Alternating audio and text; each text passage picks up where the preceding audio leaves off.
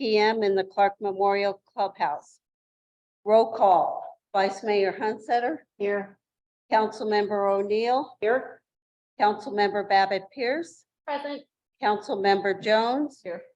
And please note that Mayor Pradon Bauer is here. We have a quorum.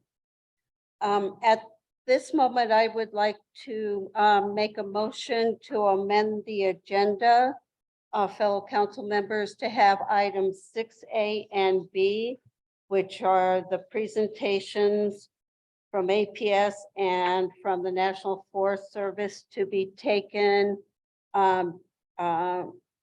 next on the agenda before public comment. Is there a second to my motion? Second. Okay. Any questions about the motion? Hearing none, all those in favor of the motion, please say aye. Aye. All those opposed, motion carried. With that, we are moving to presentations. Items 6A and 6B on the agenda have been moved up. And I would then like to invite Jonathan Myers to come forward from APS and do your presentation on APS fire mitigation. Welcome, Jonathan. Thank you very much. Honorable Mayor and esteemed council, thank you for having me tonight. My name is Jonathan Meyer. I work for APS and I am the supervisor of construction and maintenance in Verde. I have 4 line crews, 2 planners, a CPR. They do designs on the system, things like that. And the reason I'm here today is I wanted to tell you how my team and myself and our organization protect our communities and take safety or community safety extremely serious when we're in regards to fire mitigation as well as reliability. So that everybody knows, reliability and safety at APS, that's our #1 obligation right off the bat.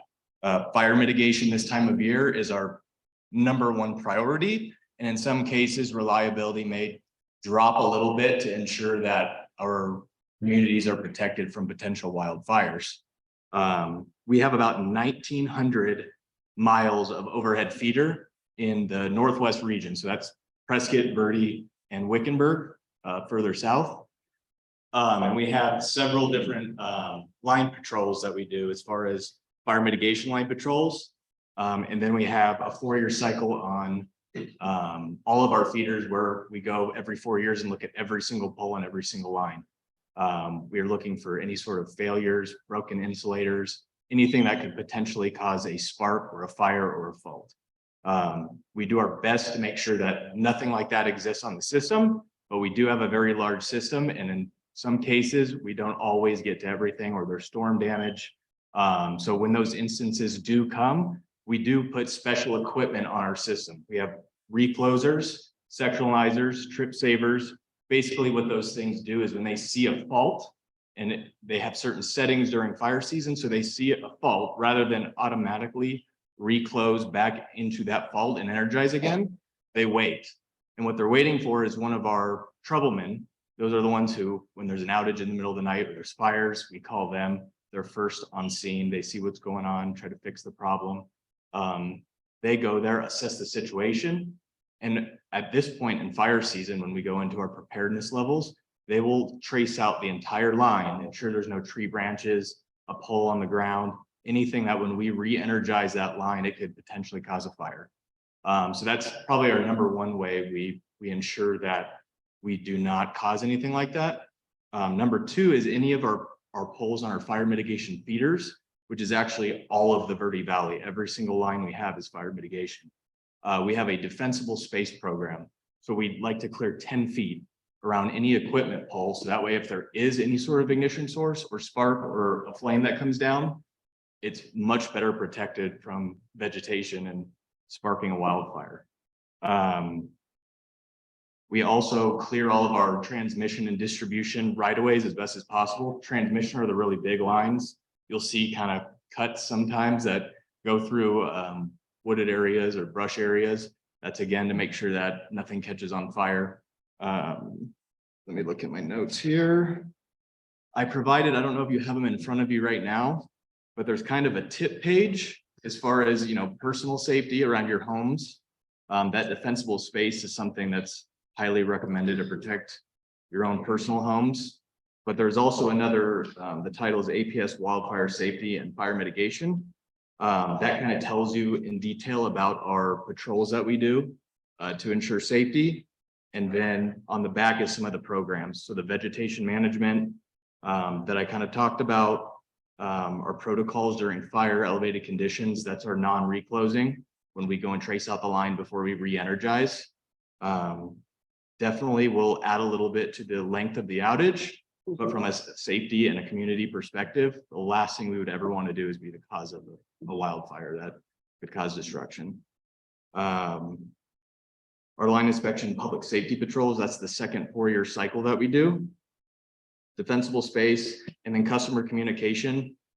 We really try to be as good with customer relations as we possibly can. I think we're doing a much better job, and I'm very proud, at least in our area, of the effort we put in to communicate with the customers during planned outages, but more importantly, you can sign up for notifications. So if it's some sort of emergency or during a storm event, and we're going to have a 3-4 hour sort of outage, where we can send text updates, email updates, trying to keep you in the loop so you can make decisions whether or not you need to go somewhere else or go get a hotel, things along those lines. We take a lot of pride in being customer focused, along with the reliability and the safety aspect. I think that's really it. I know you've probably heard a lot of this before, so I didn't want to get too involved. I know you have a long meeting. Is there any questions or comments or concerns I can take from anybody? I'd like to make a comment. We had a new substation built about a year and a half, 2 years ago. And I guess it's really a comment is that I have to say, and I have shared this with Darla on many occasions, that since we've had that substation, I don't think I've had a single power outage, and I live up here in Upper Clarkdale. And it used to be literally, if we had one drop of rain, our power would go out. Like, and I don't know if that was universal for everybody or just my neighborhood, but it has dramatically changed the consistency in the delivery of power for us. And I guess maybe you can talk a little about how that impacts the safety issue, and particularly for wildfire season. Sure. I mean, the new substation was so important for us. And the reason being is the best way you can build power lines is in loops, meaning that it either comes back on itself or it will connect and loop into another circuit. So when we do that, let's say from a reliability perspective, we had a pole go down or a few spans go down, we can isolate that section while guys are working on it and feed from either direction. So it really limits the amount of people that have to be affected by the outage so we can do our work using other sources of power to keep people energized. From a fire mitigation perspective, same type of deal. We may have some sort of a line that faulted, everybody's out, but if we have another direction where we can pick up load from that way, knowing that the problem is not on this side, we can restore more customers and reduce the amount of people that are affected and for the duration. So the substation, that was a huge thing for us. I'm glad to hear that you're seeing the benefits of it. That's definitely the direction we want to go. So thank you very much for saying that. Appreciate it. I have the app and it is great. In the one time since the new substation that our power went out, you can report it online, you get updates. It's great. So definitely that customer service and making sure, because it used to be, I remember, calling and you had to wait on hold forever and you never knew if they really got your information, and the app is great. So, Yeah, the app is fantastic. If you don't have the app, aps.com/outage, you can report outages that way, and also streetlight outages. There's also aps.com. It's in the handouts, and it's wildfire safety, and that has a lot of our fire mitigation plan or CFMP, all things related to that. But the app is fantastic. And then if you do have your correct updated contact information, you can receive alerts. And we're doing a very good job about ETRs and getting people notified early. So I think it's worth definitely downloading and keeping yourself informed on that stuff. Can we have those 2 links put on our website? Thank you. That would be great. Absolutely. Any questions on this side for Jonathan? Again, just another comment. I would say your ETRs are consistently exceeding expectations. Their Oh, good. power's always been restored Awesome. sooner than estimated. So thank you. Yep, and we do, our operation center is in Phoenix, and when they dispatch, they do their best to give a immediate, hey, this is what we think it is, this is how long it's gonna take. But I give most of the credit to our guys in the area. They're very, take a lot of ownership in their communities. They're taking their call outs, they're getting out there, they're assessing. So our guys are really doing a fantastic job in this area. Just thank you for being so informative and clear. I appreciate it. Absolutely, absolutely, thank you. What is your feel about this year from an APS standpoint of our fire season? From an APS standpoint, we have a very clear program that we follow. There is a lot of focus put, I would say, spring going into fire season, with all the patrols and all the work that we do as far as pole change outs and all the insulators and things along that sort. We spend that is our main focus going into fire season. Once we're in fire season, it's making sure that we do whatever we can to mitigate that. So like on our trucks, we're carrying extra water. We have fire watch where somebody stays after they've completed the job for 3 hours with a water truck, just to make sure that if there is any sort of ember, it wouldn't take off on them. We do a very good job. I'm not saying this because I work for APS. I'm assessing from your perspective. We take it very seriously, and we do a very good job about making sure that we do not do anything that could potentially cause one of those events. Very good job. Any other questions for Jonathan? Thank you very much for coming Yes, tonight absolutely. and answering our questions. And fire mitigation, fire protection is so important for us here in Clarkdale. So we Absolutely. appreciate you coming, as always. I will leave my business cards with Please Darla do. too. So if you guys ever need anything, my number is on there. Please call me. Thank you very much. Time. Thank you. Now I'd like to have items 6B would be welcome Todd Willard. Please come on up. Prescott National Forest District Ranger. Todd Willard is going to talk about wildfire crisis strategy presentation. I think I heard a part of this when I came to visit a while back, so. Yes, good evening, Honorable Mayor and Council. Thank you for having me here. I will have to give your mayor a shout out. We had a spring meeting with her earlier in the year. We try and do that with all our communities in the valley and throughout the Prescott Forest. But anyway, we shared some of this with Mayor, and she really wanted to hear more. There's a lot to share here, except my stopwatch in respect for everybody's time. So I'll stay within that 10 minutes. But there is a lot of information to share, and saying so, Charity has agreed to slowly run through the PowerPoint that I gave, and I won't do that to you folks. I tried to give too much information at the last council meeting in Cottonwood, and this will be a more effective presentation. So with that, you are certainly, I'm sure folks are aware of the growing wildfire incidents we've had nationally. Congress and our chief of the Forest Service, Randy Moore, had many discussions, and folks have had it. So they're tired of seeing these landscape scale burns. We're seeing, like in California, we had our share. The video Chetasky is one. Cave Creek Complex fire locally. That used to be one of the largest fires in the state history. Is 258,000 acres. That's a small fire in comparison to what we're seeing on the landscapes now. So we've worked pretty hard to get ourselves in this situation. We own what we own. Full suppression has led to this issue. And so we're in full recognition of that. Congress has passed a couple bills, actually, the infrastructure, IIJA, Infrastructure Something Jobs Act. One of those, thank you for the flexibility to butcher that. And then the other one is the Inflation Reduction Act. So what's happened is folks at the national level have identified specific landscapes nationally where we have the worst problems out ahead of us, the ones that have not burned yet. So it's pretty impressive when you start looking at the numbers on here. But the bottom line is the Prescott Forest alone has been allocated right in the neighborhood of $73 million to work on fuels reduction, fuels treatments over the next 4 to 5 years. And it may be as long as 10 years, depending on how the next administration, whoever that may be, views this work. But it's called the Wildfire Crisis Strategy.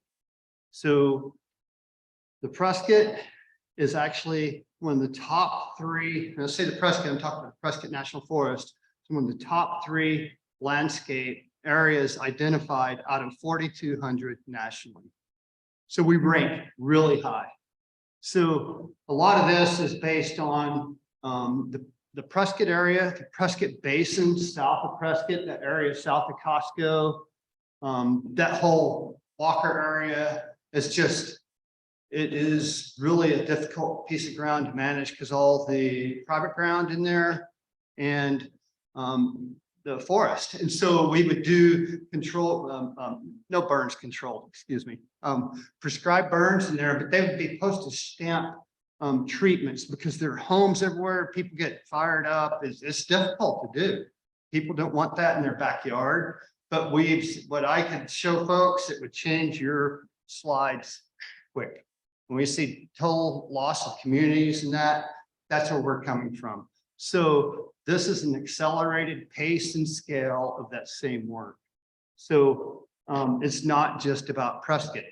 We had the regional forester and a cadre of her executive staff out here early in the year.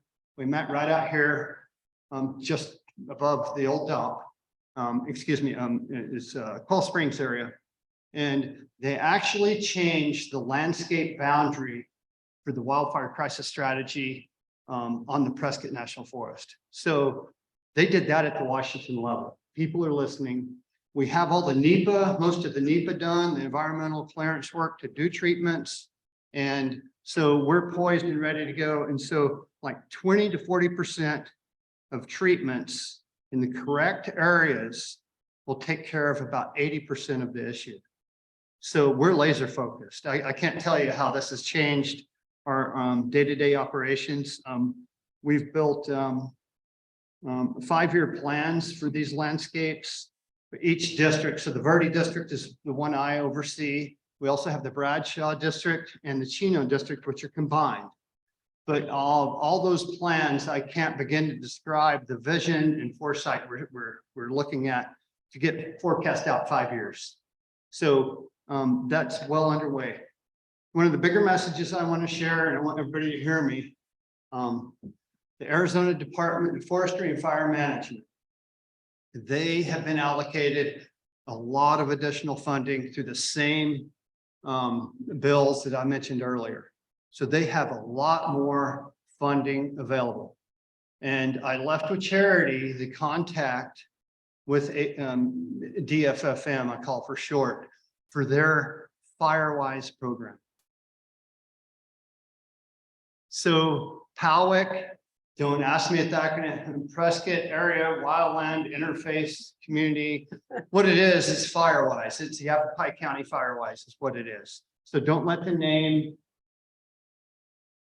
lead you to any other conclusion, because what we want, I'm here to solicit interest for folks because it's there.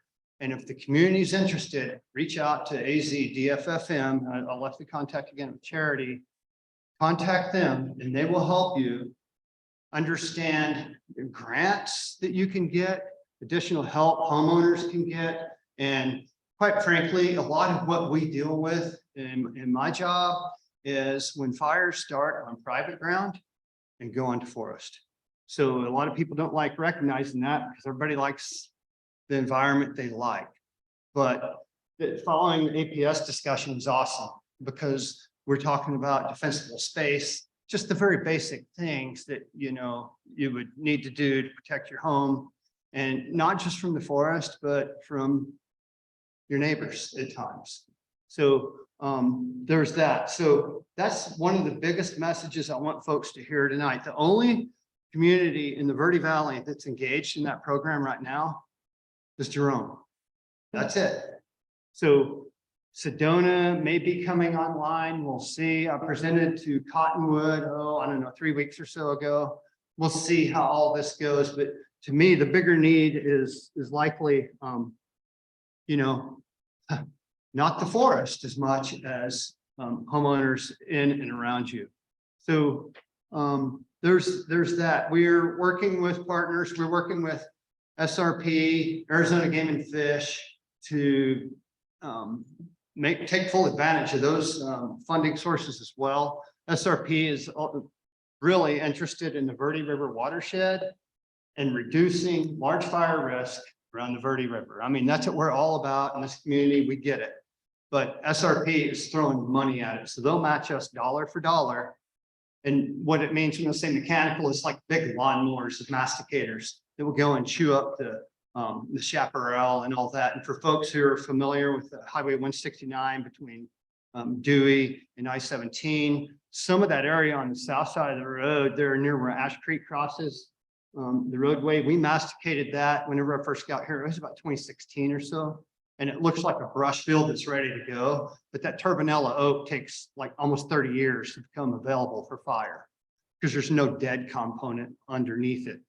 But just know we're going to continue the mastication along the 169. We have 2 more projects coming, and you're going to see a lot more smoke in the air because we don't have a choice. We've been dodging the bullet for years. And the Crooks fire last year is a type 1 fire in the Prescott side. And we were really good and really lucky. And we're not going to operate that way anymore. So you'll see we're doing more burns on Mingus up near the camp, Henry Dahlberg's place. We're working that. We're going to be working the south end. And for me, that's actually a huge benefit to this community because generally speaking, fires will push from the southwest, northeasterly, due to our prevailing winds. And so you're really a big beneficiary of a lot of that work as well. So there'll be more of that you'll see coming. And I'm approaching my 10-minute mark here, but just know you're going to see a lot more activity. We've hired a lot more folks that we can. It's really difficult to find folks that want to work now. I don't know what's going on with that, but we're having a hard time filling positions. On our forest, we probably filled about another 20, 25 folks. And we now have a 10-person fuels crew on the Verde district, which shares the fire zone Sedona. It crosses 2 forests. So we've already improved our capacity somewhat, but we have huge plans, but it's all in an effort to protect communities and our ecosystems from these catastrophic wildfires. So anyway, with our moderated temperatures in that, we have more opportunities to manage natural ignitions. And as part of what we need to do on our terms, instead of in the heat of the summer, whenever the fire's just taking it away, we're trying to do things on our terms. So just expect to see more of that activity. We're very in tune with communities who understand smoke impacts. And quite honestly, a lot of the smoke that we get in the valley is coming either from the north or east because the way it settles into the valley with the inversion. Rarely, and I can say with some authority, does our smoke hit the valley, but it can. So it's just a trade-off, but the long-term goal is pretty clear here. So with that, I'll entertain any questions. Is there any clarifying Any questions? questions? Yes. Thank you, Todd. Just one question on the prescribed burns. Where's the best place to get information? A lot of times you see smoke off in the distance and you wonder, is that prescribed or is it a wildfire? And also, are there certain days and times that you burn or how does that work?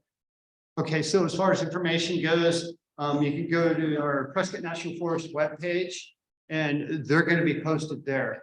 But we take it a step further with communities and to inform folks like yourselves. And we send emails out through our public affairs person. and Debbie Manili, and she will send that direct. And then what we ask, if we can get any help with social media or anything like that, if we can go ahead and post it, that's helpful. We even manage social media on the Forest Service side as well. And so if those notifications aren't happening, and I thought we talked about this, I thought they were, but if not, folks have my contact information and we'll make it happen. Okay, as far as timing of the burns, we have to, all I can say is science. Like, you have no idea. We know what the fuel moistures are by species, and if the burns will even achieve the objectives we want. We just need the right environmental conditions, the right weather conditions, fuel moistures and all that. Like right now, we don't want to burn the chaparral. I mean, it wouldn't be effective. There's too much fuel moisture there. So it's highly dependent on those factors. I can tell you that we're looking on the Verde district, big burn blocks in October and November, when it's going to be more able for us to manage those. That help? Yeah, 30 years ago, we were hearing about bark beetles. Is that still a big impact on our side of the mountain? We had a little bit of, we had some bark beetle kill up on top of Mingus. They had a bigger issue over on the further in the Prescott Basin and that. And those bark beetles really are keyed into drought. And so they took full advantage of the drought when it was nailing us. And so they take those stressed out trees and they key in on it, and then they really go to town. So with increased moisture and that and increased health and vigor of our forest, they seem to kind of fall out of the system. They're still there. They're just not as active. So it's not big as and not been as big an impact. I will tell you though, the juniper die-off along 89A or 89 going north of Chino was massive. On the Kaibab, it was just thousands of acres of dead juniper. And that was a drought driven issue. So bark beetles key in on that as well. Thank you. Just kudos to whoever does your social media. It's really informative and some of it is really humorous as well. And it's nice levity. Thanks so much. Yeah, sometimes it's serious work. Humor helps. And again, that's Debbie Manili, and she's amazing. And she's the one who will send notifications to folks, be sure you're in the loop. And if we're missing the boat, I really need to know. But I think we're generally we're doing okay. But I want to know if not. Thank you. Laura. I think Clarksdale is a little uniquely situated. As you said, we have two forests here. And so can you talk a little more about sort of the coordination between Prescott and Coconino in regards to fire and sort of the Verde district, because the district starts sort of at the eastern end of Camp Verde, is that right? And comes this way? Is that But the Verde district is. Which side of the river am I on? Okay, the Coconino is on the other side of the Verde River is the forest boundary. right? So what we have with the Verde district and the Red Rock district are joined in a fire zone. So we have folks that respond, we have almost 1 million acres of response area. It's from Fossil Creek all the way up to the north end of Red Rock, all the way through the Verde Ranger District. So we've combined our fire resources, our fire management through that. And it's quite successful. And it's pretty unique to do that across two forests, but it's really effective. Amy Tenderholt and I are joined at the hip. She's the ranger on Red Rock. But yes, so that's how that works. So we're in very close communication. We have the same fire planners working with us, the fuel specialists. We share that organization. So it's highly structured, organized. I like to think quite effective. I would like to see us consider looking at the Firewise program and for a future agenda item. Okay. Good. Todd, thank you. I think if there's not any other questions, I just want to say thank you for coming. This is always important, and I think we'll be in communication with you. And if we are not getting your wonderful posts, and also about the Firewise program, okay?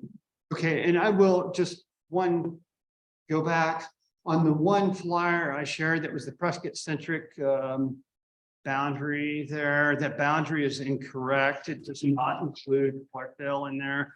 That was published before we got the boundary change to include this ground. And actually, it's bumping Sedona as well now. So, And that's important. Thank you so much, Todd, for coming. We appreciate it. Thank so you. much. Thank you. Thank you.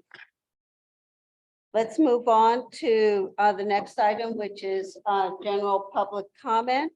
At this time, members of the public might give comment of a general nature. No official action may be taken by the council during this time unless it is to direct staff to look into a matter. Public comments are limited to 5 minutes. If you are watching online and would like to make a public comment, please send a chat message to the host and she will inform me that you want to comment and we'll put you in line with everybody else. Please, when you come up to the podium, please state your name clearly and whether you are a Clarkdale resident.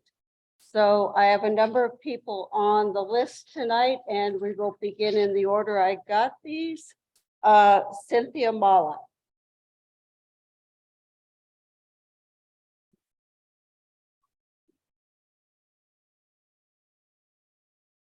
Hello, I'm Cynthia Mala. I'm a Clarkdale resident. I live in a house down the street that was built in 1914. I have a petition here that I'm going to give to the council today. I want to read a letter that's coming with the petition. Dear Madam Mayor, council members, town manager, and town clerk, on behalf of the people of Clarkdale, the state of Arizona, and the nation, we are submitting 2 petitions with over 1,000 signatures imploring the Clarkdale Town Council to immediately abandon their plan to demolish and replace the historic Clarkdale Bandstand. These signatures are from people who have experienced the bandstand as a resident, former resident, as a guest of the town, and or as an American who values our shared history.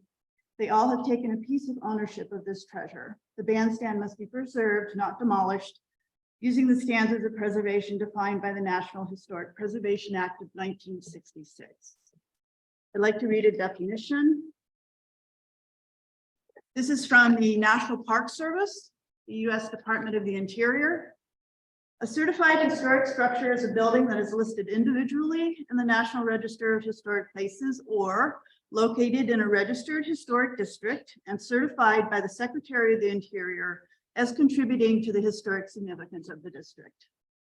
The bandstand is not only a contributing structure to the Clarkdale Historic District, it is also a certified historic structure, just like this building. You may as well tear down this building, just tear down the bandstand. I've heard some arguments against it being a historic structure. One of them is that it's most of its original materials have been replaced. The registry does not look at that. The registry looks at a historic structure as the design. The materials may come and go, but as long as you repair it and renovate it and you're faithful to the original design, it does not fall off the National Registry. So I urge the town council to please stop their plan to demolish and replace it. One of the reasons it needs to stay on the registry is because it's eligible for grants, and that will bring money into the town to take care of it. I urge you all to commit to repairing it and preserving it. Frost Structural Engineering needs to come back and take a look at it. Last year, they said it was in good repairable condition. There have been some new findings, but they need to come and look at it. A building inspection is not the same thing as a structural engineering inspection, because a structural engineer report is more comprehensive. It measures the structural integrity, and really importantly, with a historic structure, it gives specific interventions to ensure that when the structure is repaired, it will be safe. I urge the town council to cooperate with the Historic Preservation Commission to form a new plan for the bandstand.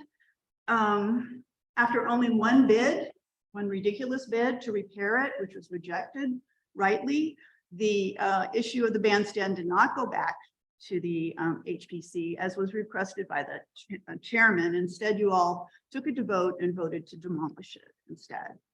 So you need to come up with another plan in cooperation with the HPC.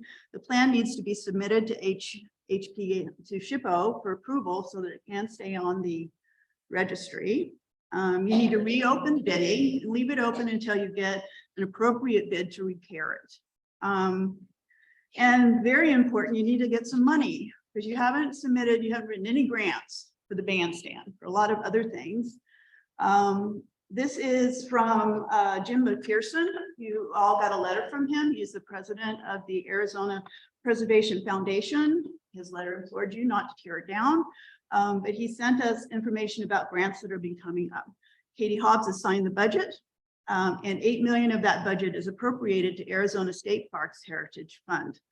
There are at least 7 new block grants coming up this month through August. And I urge you to have your staff look into getting money to fix the bandstand. Thank you. Thank you. Next one is Ed Bush.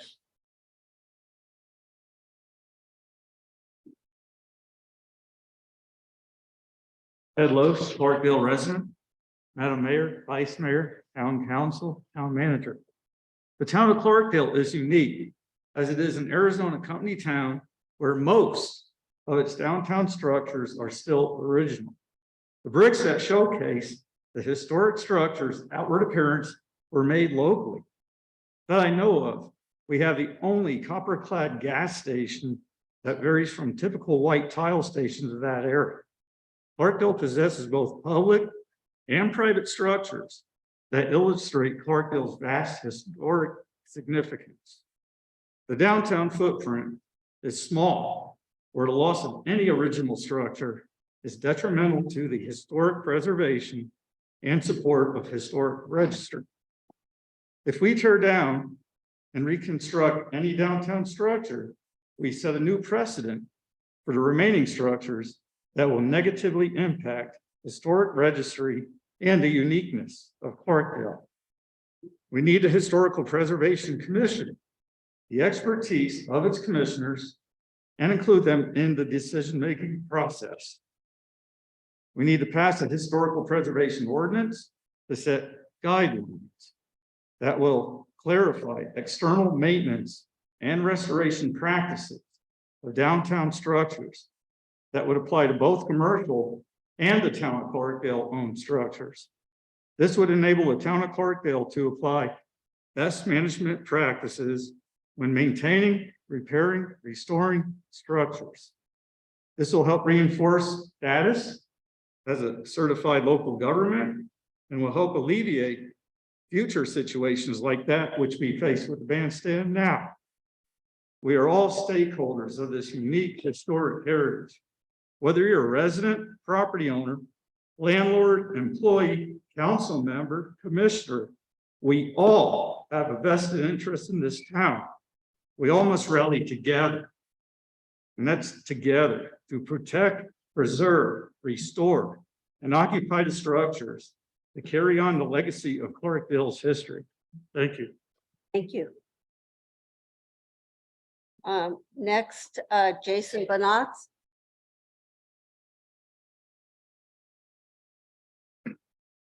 Jason Banatz, Clarkdale resident. Thank you, council members, vice mayor, Mayor Perdome Bauer, town manager Susan Guthrie. I'm not going to bore people with how long my family's been here or worked on the structure. What I've learned through all of this that's most important is how that structure touches people.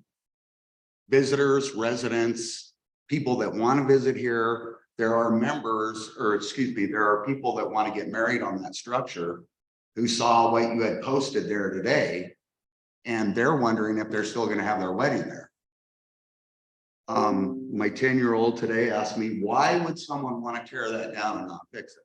And honestly, I don't know.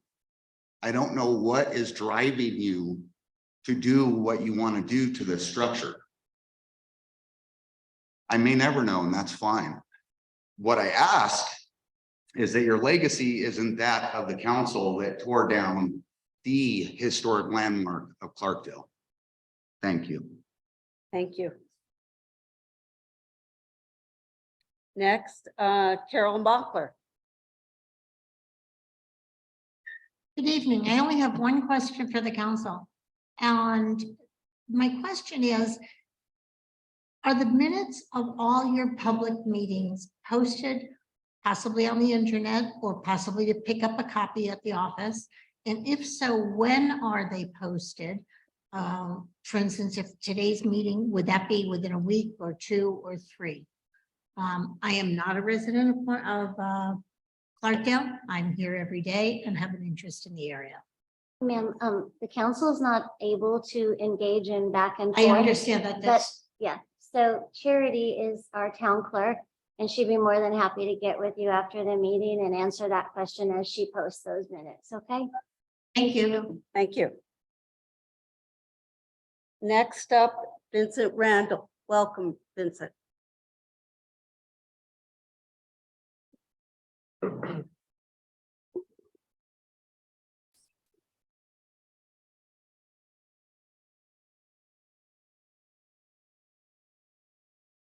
Madam Mayor, Vice Mayor, and members of the council, thank you for the opportunity to share some thoughts here tonight. My name is Vincent E. Randall, full-blooded Apache. That's a member of the Yavapai Apache Nation. And I do not live on the reservation. I lived off the reservation, pay my taxes. And I don't get a check every month from the government. If there is somebody stealing it, I haven't got it yet.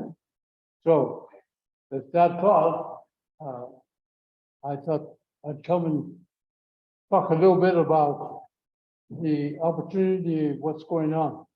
I know that the structure that we're talking about is to be demolished. I'd like to remind you that a town has character. A town is a living entity in a way.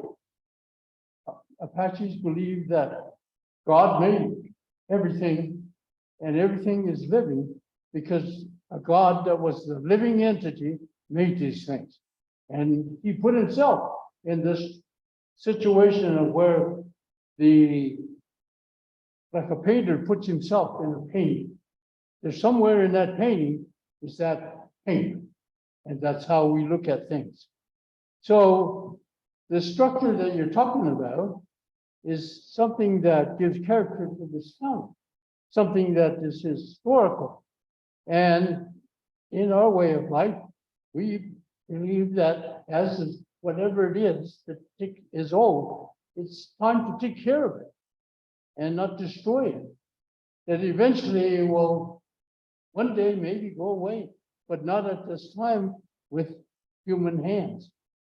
And it is the structure that's in the middle of the park is something that gives the town character. And the houses that were built here, this structure we're sitting in, the Catholic Church, the Methodist Church, the Episcopal Church, are those going to be destroyed also and put in some new structures? Is that what this town wants? I don't think so. This town wants to be in a unique position, a town that most of us that were born in and love it. You know, I played tag in that gazebo. I did a lot of things. I used to play the trumpet here in this hall. This brings back fond memories because I took band and this is where we had band. And we played concerts up there in the bandstand. So it is something that is dear and living within the hearts of many. And that's something that these people are talking about. I don't think we need to destroy it. I think we need to repair it. Keep it safe, yes. I think we need to make it so that it's handicap accessible, not with ramps, but maybe with something, a lift, whatever it may be. But the structure should be what it is. It was built to look that way. Let it be stand and look that way, the way it is, and let it stand there for the next 50, 100 years, if that's how long we're still around here. And that's something that you need to think about. As I said before, the integrity of this town is its historical structures. It is something that gives us a sense of belonging to something dear, something that we hold dear in our heart, and it'll always be there. I don't care. If you move away somewhere, you'll always remember. You always remember the Christmas lights, and you remember all these things. Remember the first time at Christmas, the children were riding their bikes in front of the gazebo. Those are things. And the final thing I would like to share with you is, you know, we don't practice true democracy here in this country. If we practice true democracy, the mayor would be the moderator, and all of us here would vote on this issue. And whatever that vote is, that's what it would be. But no, we have a representative government. We gave our voters here, gave up that right to have a true democracy and allowed you to be elected. You didn't put yourself in that seat. These people elected you. So you need to honor them. They're the one that elected you. They're the one that put you in office for the welfare of the goodness of Parkdale. And it's a common courtesy to listen to them because these are the people that support you. The last time I knew, the Clarkdale Council is not a dictatorship. It's a democracy that's in place called used by human representative. So don't shut your minds. Open your hearts, your minds, and listen. And come up with something that will satisfy and mark our town what it was meant to be. A wonderful place to live. I'll never forget, I grew up in this town and I owe a lot to this town. This town has been good to me, has been good to my family, my wife's family, and all those people living up on the reservation. This town has taken care of it. So let's come up with decisions with that spirit of working together. Thank you. Thank you. Okay. Next person, Jenny Eminger.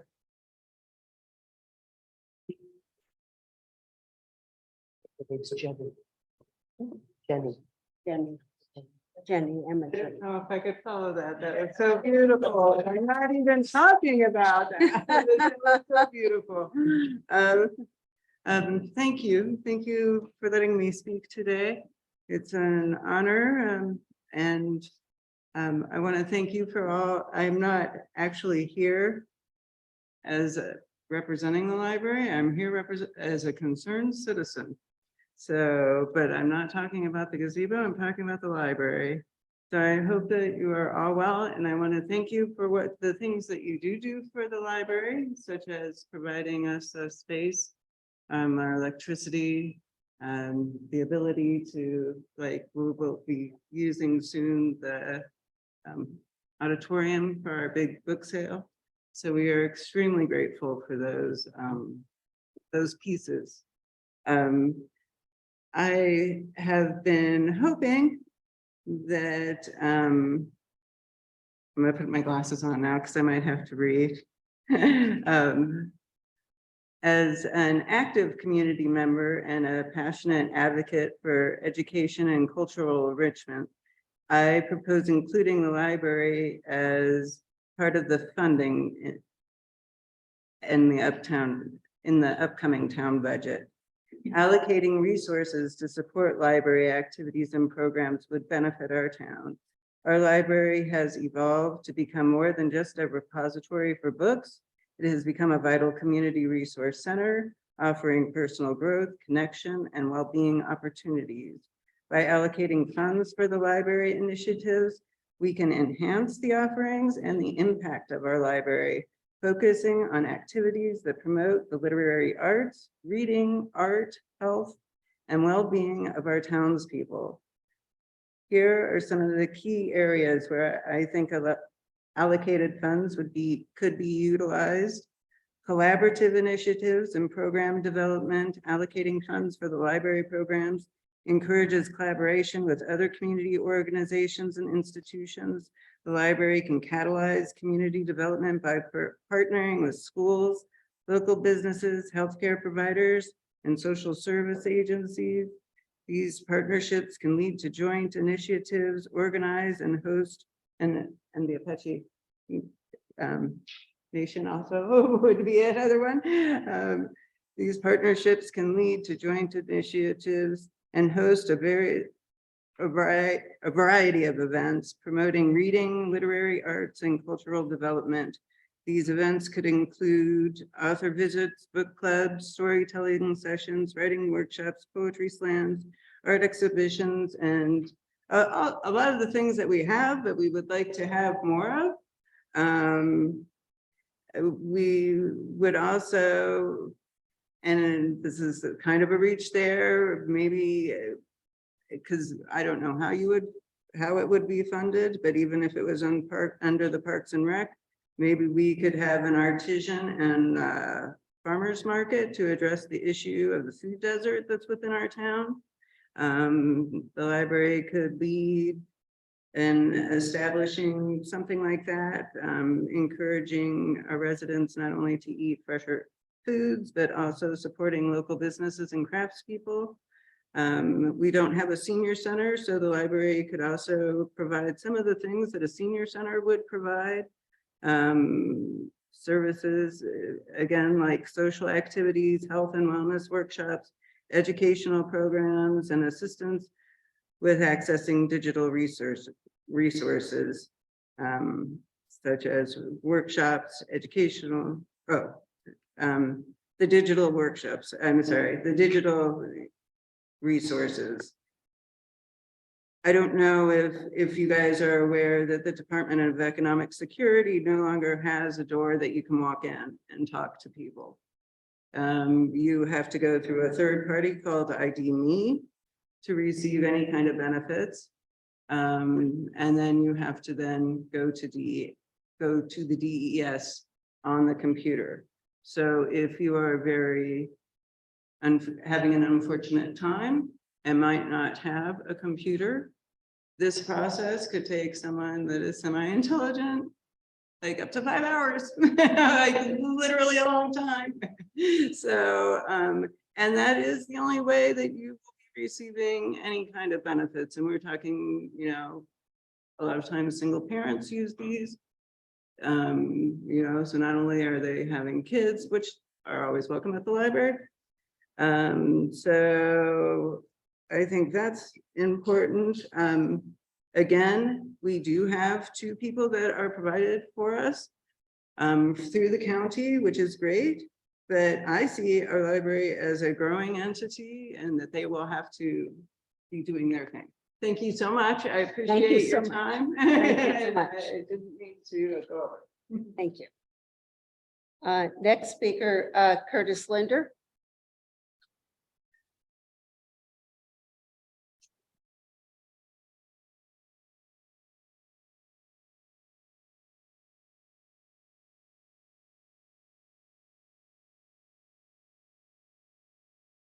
Curtis Linder, Jerome, Arizona, but someone who's moving to Clarkdale. Hopefully this fall. Again, I'm here as I spoke the other day, but I'm following up with coming behind the eloquent Mr. Randall, Coach Randall for me, my teacher, someone I've always looked up to, and a real attribute of the Yavapai Apache Nation. I just really thought about what he said, and I want to just convey to you some things about what you voted for the other day to take down the bandstand, save a few parts, and have a facsimile that doesn't really qualify. And I'm trying to convey to you what would be a win-win And that would be to just modify the existing bid and have it repaired in place, as my father did as one of the first, first mayors here in town. And we had a whole list of people that were the older folks generationally that were read into the record at the other meeting that I went to. These were all folks that love the bandstand as much as we do. And I want to clarify that the people that voted, I'm sorry, a little nervous here, that signed these petitions and stood up here and are here today. It's all about their concern about taking the bandstand down, not leaving it in place. And I should clarify that. I was recently given some information, I think through Mayor Bauer from the building inspector, that he looked at the building and said it was in terrible shape, a tear down. And I think this really influenced you members when you made your votes. But we've had other preservationist organizations take a look at it. I think it really bemoans this situation to go back and make the best choice. And I know that it was a unanimous vote. You all voted to take it down. And we have a contract, and I think we have about a month before it goes down, and then the facsimile will be brought back with a few pieces that they might save. And I think that is just a horrible thought for us old Clarkdale residents, because I grew up in Clarkdale, and I'm coming back to Clarkdale. And I think that it's really an economic driver. And I think, it needs to be recognized that the history is so important. I talked to a friend of mine who was coming to Clarkdale, and he said, we read on the computer, the article from the Phoenix paper about the controversy. And he said, I don't understand what's going on in Clarkdale. So I think we're just going to go to Jerome, and we're going to go to the Gold King mine, because we don't know what's going on in Clarkdale. So I think, economically for the businesses that are here, we need to do the first level of preservation for all our historic buildings here. And it goes whether you're replacing the windows with wood as opposed to aluminum, keep them historic. I go to Butte every year, and I stay. This is probably the first year we won't be staying in the Clark Mansion up in Butte, and that's what Clark built. And before he came to Jerome, and then came to Clarkdale, and Clarkdale was built for the residents of, Clarkdale and the mine and people that worked at the mine. So you have this wonderful heritage. So let's save it. And thank you very much. Thank you. Amanda Arnold.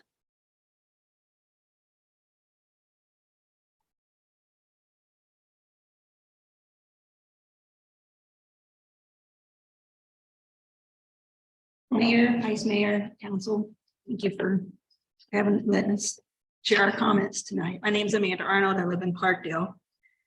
The reason we're having this public discussion today is because some of us feel like the process just wasn't followed in a transparent way that involved the public. At the June 6 HBC meeting, Ruth, you stated, because when I have questions about this that exceeds my experience, I call SHPO and talk to them about this. In my last conversation with SHPO in describing the process that the council had approved on, the person I talked to at SHPO said, oh, that's anesthesiosis, or sound like a disease, as you said. However, I did a public information request. And while there was communication between SHPO last year about the bandstand, the first time there was this year was on May 25th, when SHPO reached out, said, I'm writing you. We heard today from a citizen that the bandstand was slated for demolition. Sorry, I'm a little nervous. And we are surprised. we recall that the town had decided to rehabilitate the structure. And we just wanted to get an update from you. And what has happened since then and now. So that's a little, so anyways, I wanted to point that out because it's back to the process of being transparent. Okay, now also I want to go back to the general plan where you stated you would be partnering with SHPO and with the Arizona State Historic Preservation Office on grants and working together to ensure that we protect Clarkdale. Now, I am aware that you know how to do funding. I get that because you have a whole list of funding sources on the general plan for projects just like this. Okay. Also, you point out in the strategic plan that you're going to work with SHPO on getting grants. Okay. All right. So go back to where I was doing, and we know about the Heritage Fund. We already talked about that, the $6 million. I'm sure that would be something that they would like to help us with the bandstand, because I mean, we can see what the public is saying. We want it preserved, or at least we would like to get looked at again by following the process, which I don't think is happening here. Okay. Sense of place. All Americans need a sense of place. That's what makes our physical surroundings worth caring about. Replacing this bandstand will only have a sense of loss for decades to come. Because what's next? Are they going to take the houses off the registry too? We don't want that. So for those of us who just moved, who haven't been here forever, I've been here since 2004. I wonder, well, off and on, I wonder if we would still be here if it didn't have the same charm and historic appeal that we all fell in love with. Would we have stopped the car or would we have kept going? What is your legacy going to be? Please don't rush down to tear down history. There's no need to rush. Thank you. Thank you. Next speaker, Drake Meinke.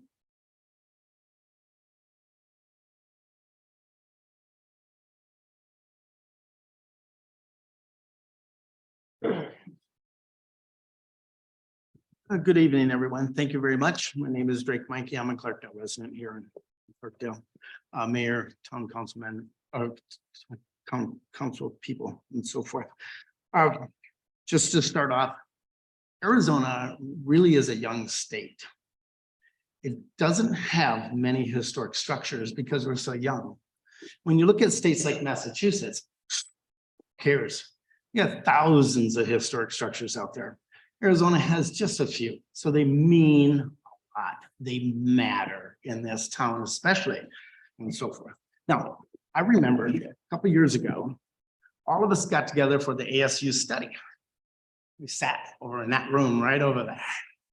We all said one thing when the study was done, that we would protect this town and that the town's historic structures mattered. Every last one of you, except for a couple here. So 272-page study, 2,000 hours, professors, 52 students came up here. And this has so many blue tabs on it that talk about preservation of this town. I wish you'd take a look at it because we all agreed to that. Preserving this town no matter what, okay? Stakeholders, meetings, staff, townsfolk, community outreach, surveys. We did all of that right here to come up with our answer about this town. We all agreed the overriding principle of this town was to protect it. The nexus of the town of Clarkdale is that bandstand. You gut punched us right in our guts. I can't believe we changed our mind in 2 years, all of you, and totally forgot about this study. Totally forgot about what's on all sorts of things around the town of Clarkdale. It's amazing. The cumulative effect of Clarkdale, forgotten.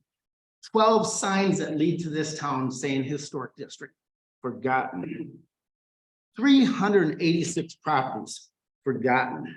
Okay, so let's get to why we forgot about all this stuff. Okay. Number one, fiscal responsibility. When we tear down a national historic property, we lose all grant opportunities from thereforth on, period. Know that ramp you're talking about? Guess who gets paid for it now?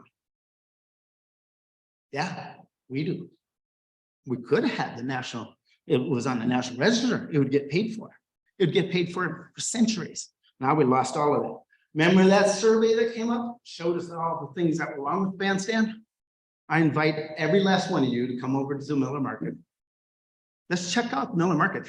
In fact, let's check out every building on Main Street and see how much is wrong with all those buildings. And let's ask ourselves why we are not tearing them down, because there's much more wrong in those buildings than that little minuscule bandstand out there. That's hardly anything. It's monumental, the problems that are involved in 901 Main Street. The old high school building, monumental. Don't like it? 2 explosions in that building, a fire on the 2nd floor. The roof collapsed, injuring 33 students, all of it rebuilt. We're going to restore the entire 901 right back to originality. Why are we going to restore it? Because it's on the National Register. Why? Because we'll receive grant funding. That's why. All right. Okay. One other thing. Partnershiping. No outreach. No community meetings. No stakeholder events. No surveys. No questionnaires. No fundraising. No raffles. No internet engagement. No professional contact. Didn't even bother to contact the National Park Service, the Heritage Preservation Commission, SHPO. No grants and no partnerships. How come? Everything else is a partnership around here. All other grants, all other things we do are a partnership. I don't get it. There's a word for that. When you don't seek out people. It's called elitism. Thank you. Next person, Terry Gibson.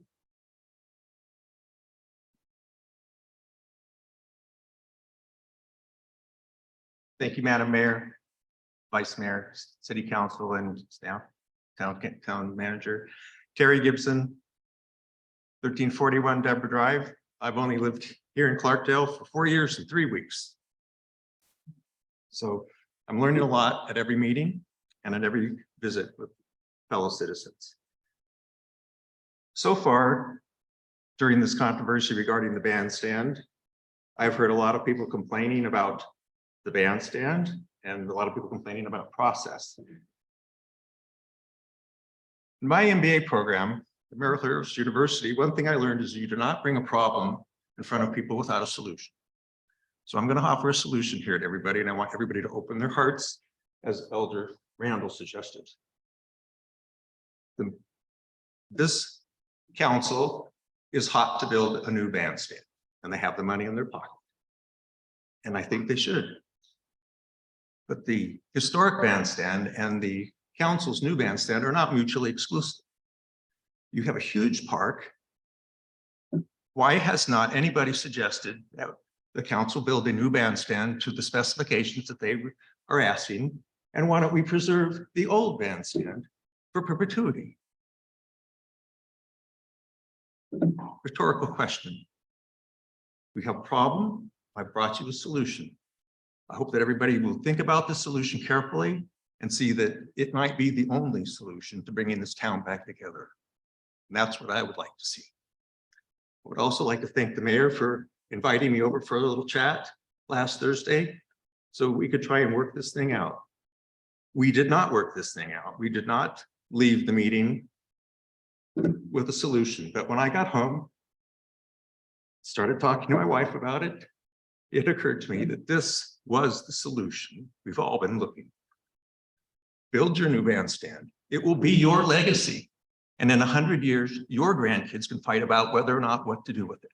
Okay. Now we have one of our own 100-year-old bandstands that we are all responsible for. And that will be our legacy, all of ours. Thank you. Thank you. Do we have anybody online who would like to speak? Charity. Nobody has Okay. Is there anybody else who would like to speak before I close public comment? Please come on up, state your name, and if you're a Clarkdale resident.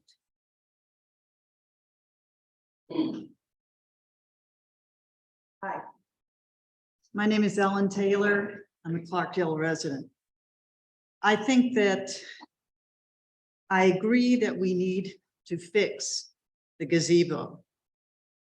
But I'm going to go out on a limb and say the way it was handled, I think the council owes a bit of a mea culpa. You have not read the strength and the depth of the reaction of the people that you represent. In this particular case, it wasn't on purpose. It wasn't because you're not nice, good-hearted people. It's just that sometimes you shouldn't acknowledge that you're allowed to change your mind. You're allowed to couch it in a different way. You're allowed to do something that shows that you really do represent Clarkdale.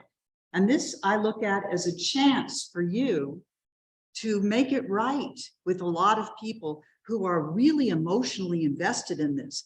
And how much does it cost? You know, 50 grand, 100 grand, I don't know, put a number on it. And the other thing I'm confused about, and I just have to be honest with you, I'm a builder, I'm a general contractor. I'm confused, and I said this before, and I'm not being snarky, but I'm really confused as how we're going to rebuild the thing in place, because it's really in bad shape. But we should study that because that's what they want. Okay, so we'll get to the same end. It will be safe. We just may have to go around it a little bit and try to listen to the depth of what you're hearing, because I think this is a crossroads for the council as far as going forward. And to step back and say, okay, we're going to take another look at, we don't know what we're going to do yet. But, and I know that you've got a signed contract. I know there's all kinds of stuff that go on behind the scenes. But my gut level says you've got to listen to these people. Thank you. Thank you. Is there anybody else who wishes to speak?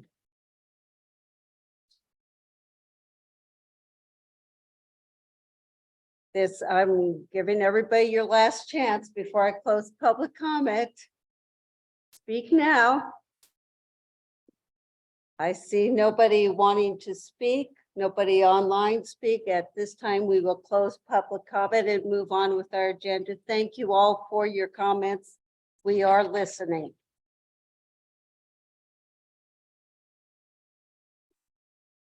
Let's move on to the next item on the agenda, which is consent agenda. And I believe, oh, excuse me, reports, I'm sorry. Changing agenda doesn't always help me out. So could we take a recess for about 5 minutes and just stretch, please?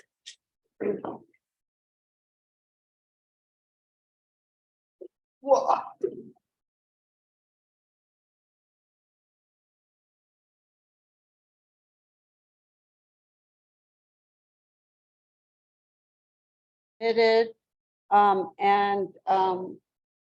Before the meeting, I think all of us got that, got them. So let's move on to organizational reports. Cottonwood Area Transit. No meeting? BVTPO Transportation Organization. Yes, we met a couple of weeks ago. Assistant Manager Mayday attended. We introduced her, heard about a lot of projects that are happening around the Verde Valley. Some exciting stuff happening, but nothing much to report. And I will send out the minutes when we have them. Thank you. NACOG, Northern Arizona Council of Governments. No meeting next week. It will be next week. Northern Arizona Municipal Water Users Association. We didn't have a meeting, but we had an all-day forum, which I attended. That's right. Online, and the part that I was really interested in was muted for the first 20 minutes of the discussion. So sometime I'll tell you all about potable reuse. Oh, that would be great. I think that's a topic we all want to know about, is that, so yes. But it was good. It was very well attended. The speakers were really good, far-ranging subjects. I sent out the agenda, but I don't have any resulting notes from the meeting. Great. Transportation Policy Advisory Council. Yes, as soon as I have the minutes, I will share them. We did meet, we reviewed the last legislative session and all the bills that came through, including the bridge bill, which was super exciting.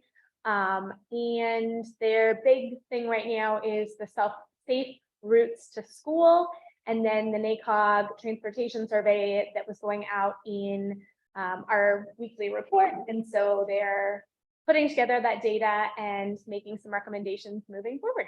I will send out minutes when I have them. Great, thank you.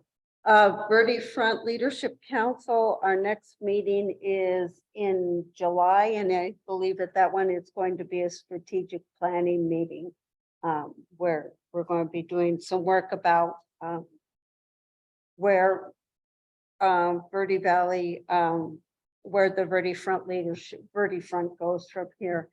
And just to know, I'm just quickly, when you think about it, Drake left his binder, fell on the floor there, that belongs to Drake. No meeting of the Greater Arizona Mayor's group. So those two done. Sustaining Flows Committee. Meeting tomorrow. Tomorrow, gotcha. I thought I saw that. I remember that. I look forward to that, Laura. Yavapai Communities for Young Children. Yes, so this group is using the collective impact model. So the first year that we met as a group, it was to decide what the real outcomes were and what we needed from the group. And now that we are in year 2, we are organizing those to put together work groups. So I may be reaching out to people asking for recommendations for folks who should be involved in those work groups. More to come. Okay, super, thank you. That's all for our organizational reports. The finance reports were attached to the packet for this meeting on revenues and expenditures. We look pretty healthy right now in terms of our budget to date. So thank you, everybody, for putting that together. I love seeing the graphs and where we're at in all of our areas. So really, really good. Thank you so much, Julie. Let's move on to item 5, consent agenda. And I believe that there is one item that has been removed off of consent, and that was item, let me get to that is item C. Is that correct? No, ma'am.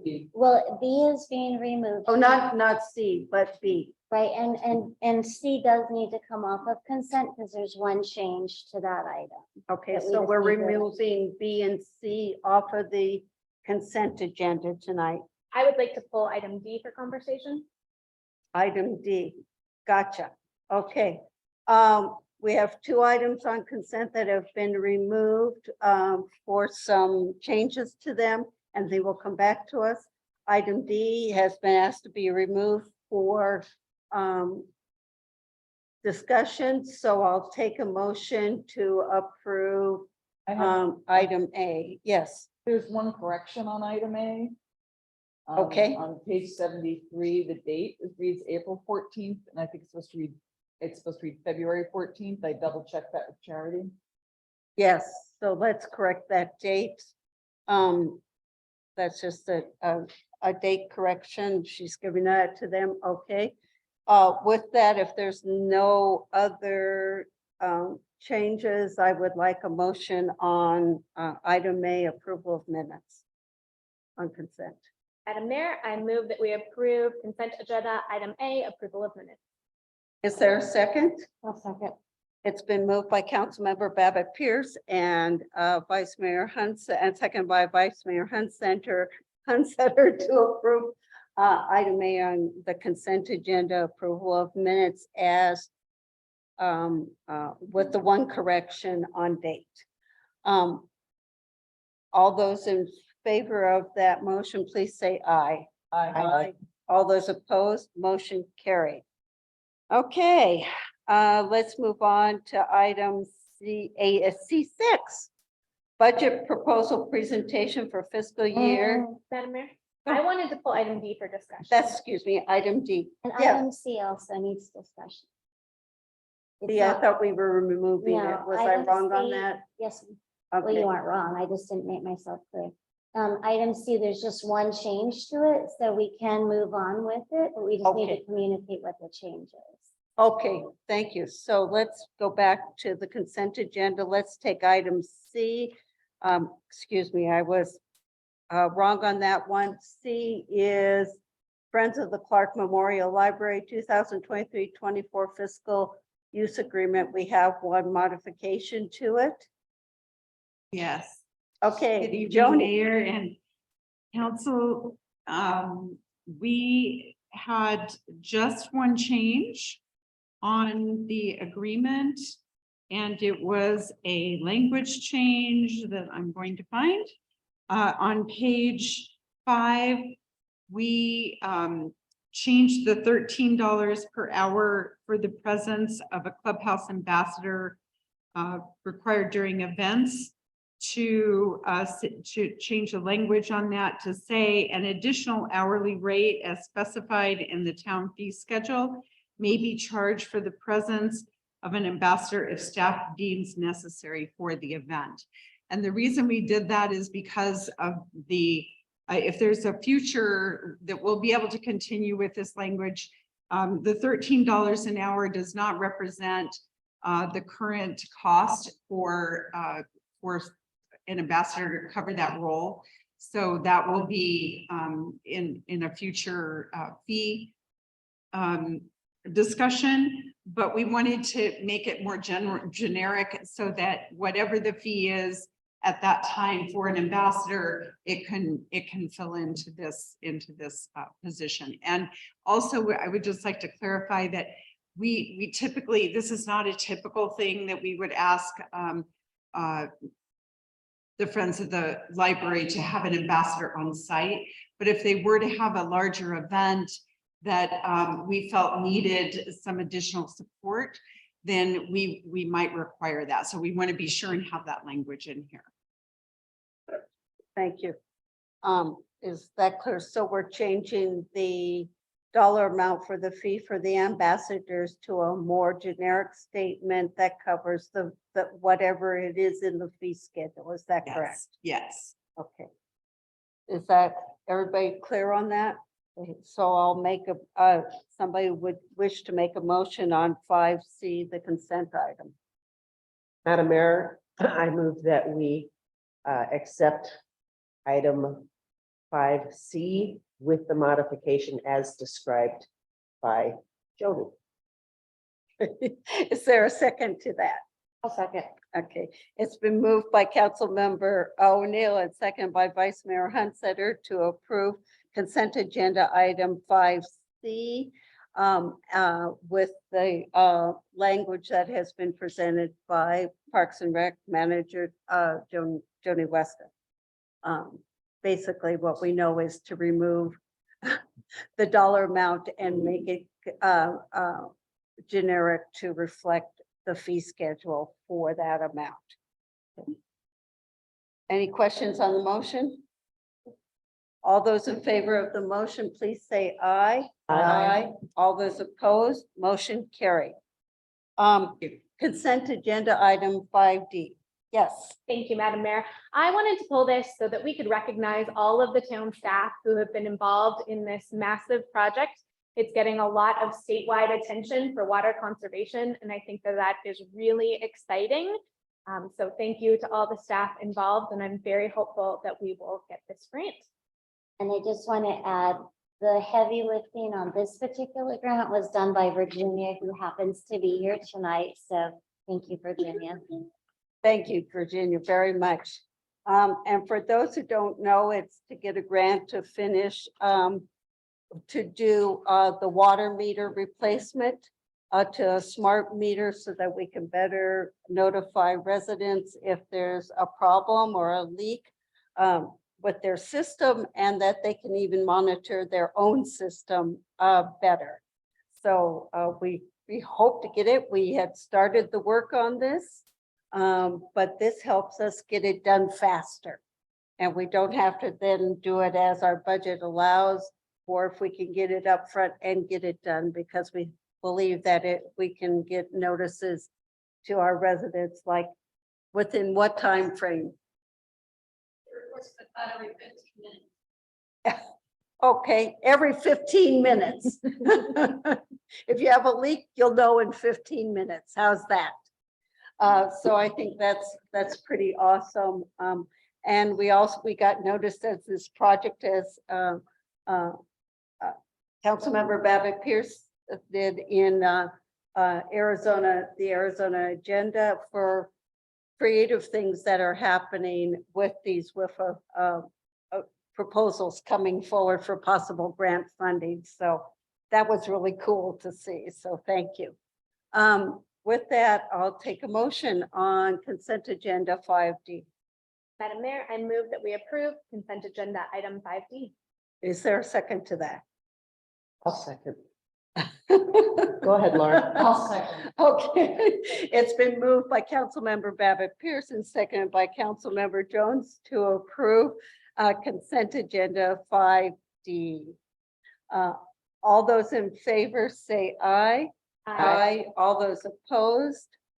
Hearing none, motion carried. Thank you. Okay, done with consent, done with those. Let's move on to item C6, budget proposal presentation for fiscal year ending June 30th, 2024. I think there's a tag team happening. We'll start with Finance Director Julie Goucher, and I believe Town Manager Susan Guthrie is going to participate in this also. Thank you. So this evening, I'm here to present the budget for the fiscal year ending June 30th, 2024. There are quite a few slides, a lot of information, so please feel free to stop either one of us at any time, jump in with questions. Our budget process started. You can go to the next slide. Is Charity doing it or are you? Oh, I sorry. don't have their, here, I'll do it. Did you want to? Yeah, I'm happy to click for you. You're welcome. I'll handle one thing at a time. So our budget process started back in January. We asked the departments to start from zero and build their budgets from there. We also asked them to identify which strategic goal plan areas tied into each expenditure line of the budget. That was new this year. For any new items or initiatives, we asked that those be included as a supplemental request. And then we identified all the capital projects. There were 48 of them in the end. And hopefully no more adding. And we also reviewed our revenue expectations and we analyzed our fund balances.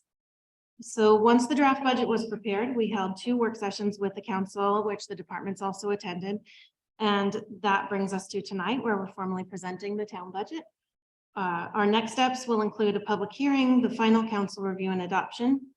Our next steps will include the tentative budget adoption, followed by the public hearing and then the final adoption. So throughout the year, after our budget is passed, then we'll be monitoring the budget using our budget to actual revenue and expenditure reports that then get submitted to the council every month.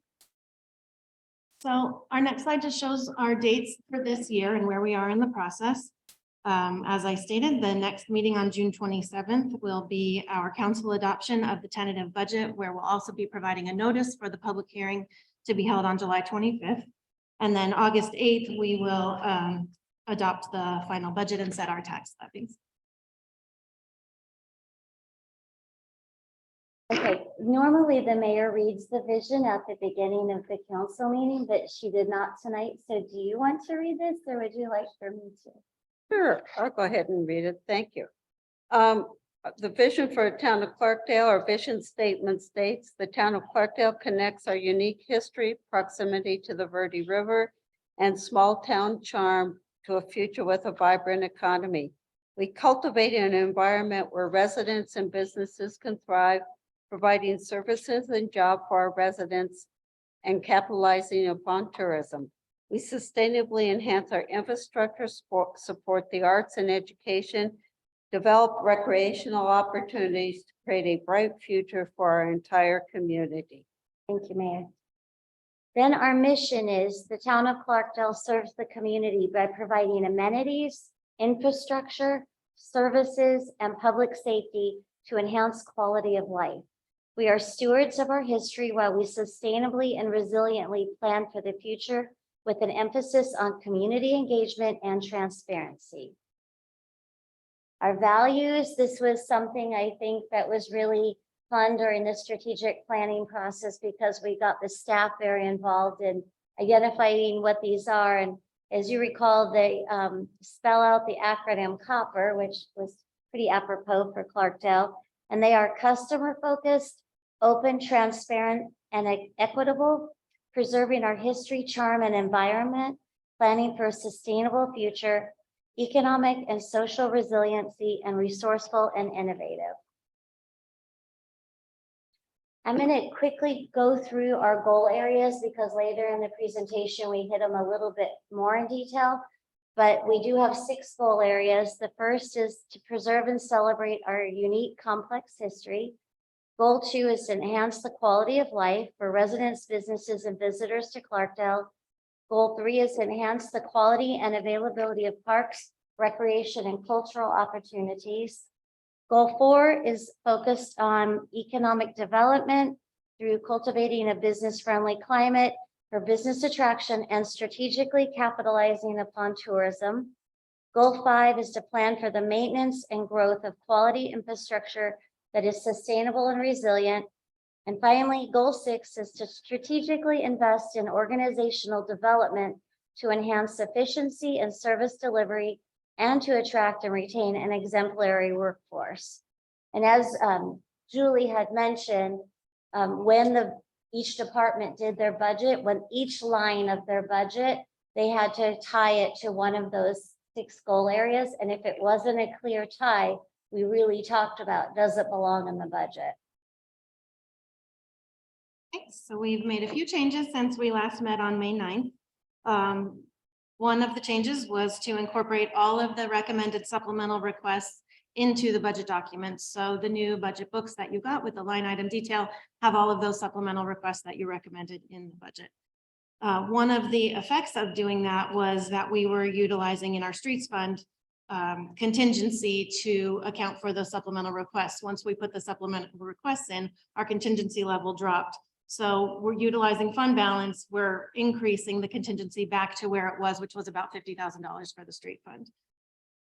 We also, and when the state came out with their legislative grant for the Bitter Creek Bridge and it showed the $6.321 million, we had $6.2 million in the budget. So we gladly increased that just to give you the exact amount that's represented in the state documents.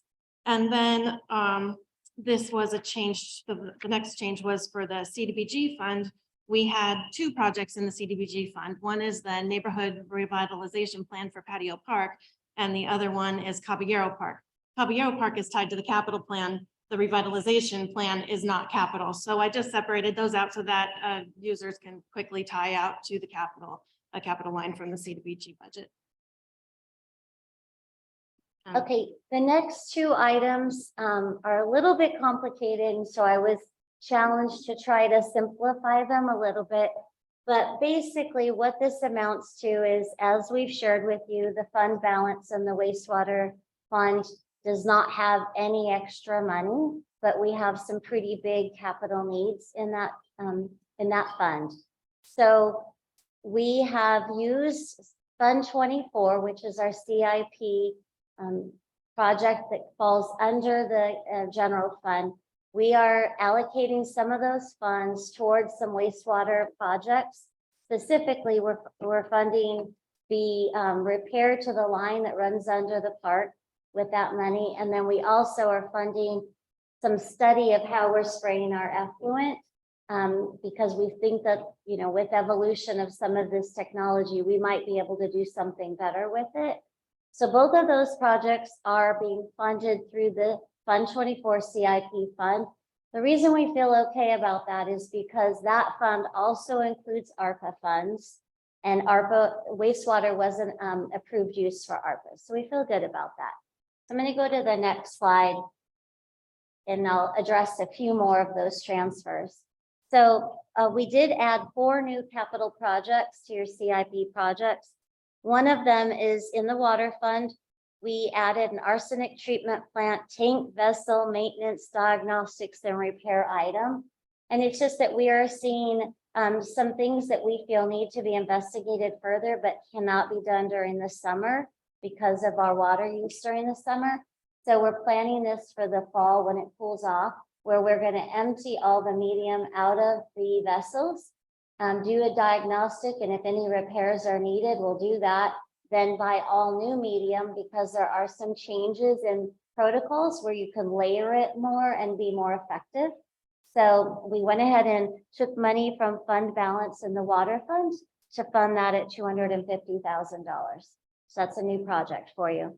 Next, we just added that cellular meter program grant item so that it's in the CIP project list. And then the next 2 are kind of back to the wastewater department. The first is the project that's up on where we spray the effluent, of looking for ways to improve that and enhance it. And it probably will involve hiring a consultant to relook at that for us. And then the next one is the First South sewer main repair. And if you recall, our first estimate on that was $500,000 to repair that line. Since this has been finalized, we have gotten another estimate that we believe is probably going to be between $100,000 and $200,000. And that's Ruth has worked with our town engineers to look for a different way to solve that problem by kind of diverting that line. And it's actually going to help us with flows in the other lines. So it's a good thing. But both of those projects, there was not money. So as I shared, we're going to fund them out of Fund 24. However, this did bring to light the issue that we have with our wastewater lines, and that, you know, most of them in Upper and Lower Clarkdale are original to the town. Most of them are clay pipes. And when I looked at recently a study that was done, I think 4 years ago, 2 years ago. Okay. Yeah, thank you. 2 years ago, they came and did sonar to judge the condition of each of the lines. And we are still going back and validating some of that now, but there's a significant amount of black lines on that map and a significant amount of red lines. In case you don't know, black and red are very bad. So because of that, I mean, I think we were all very concerned. We need to be able to sleep at night knowing that if we have a failure of a line like we had under the park, that we have money available to fix it. Because as you all know, we're not allowed to amend the budget once that it's adopted. So what I have proposed is that we transfer money from the general fund balance into the general fund, and then transfer it over to Fund 24 and leave it sitting in Fund 24 CIP. And it's contingency money, and only would be transferred to wastewater if we had a failure that we do not have the money to repair. I mean, I just don't see another way to make sure that we have money available to address that emergency. So again, it'll stay in Fund 24. It's about $1 million that we're going to transfer, but it stays in Fund 24. So if it's not used for that, at some point it'll be used for another general fund CIP project. So that kind of explains all the new CIP projects and the transfers. And I'm going to pause just to make sure there aren't any questions. That was complicated and I worked really hard to simplify it. I don't know if I got there, but I'm happy to answer any questions on that before we move. Are there any questions on that? I guess I just have a statement, if that's Sure. okay. I mean, I think this is one of the burdens of having also a historic sewer system in town, and that we have to be prepared for it, because what happened this year under the park could have been much worse than it was, and that could have been $500,000 right there, and we have to be prepared. And so I appreciate the effort to try to figure out where we can legitimately take funds and put them in the proper place so we are prepared for those emergencies. And it's just not the one under the park. We have one in Lower Clarkdale, Third also Street. Third South, that is also North. suffering. Third North. Third North, excuse me, Third North, suffering the same issue. It's in a very precarious moment too. We've been out there twice for repairs and it's not in good shape. And when I saw the map of red and black, and I know we're relooking at all of that, but you start looking at the sections. And I counted up to almost, if you say we had to spend 500,000 on each section, which is what we thought we would have to do for the park one, we're up to probably somewhere around $8 to $10 million if we had to replace all of these lines. So being prepared as much as we can. Hopefully, we won't have any collapses. They've lasted a long time.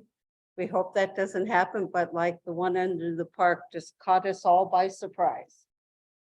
And since this has happened, that department has now purchased the equipment where they can do that assessment themselves.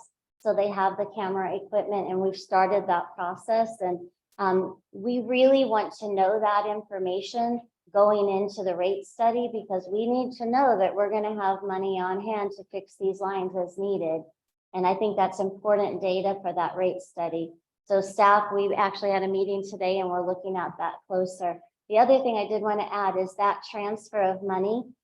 Again, it stays in the general fund, except for that small piece that will go ahead and move over right away because we know we need to do that project.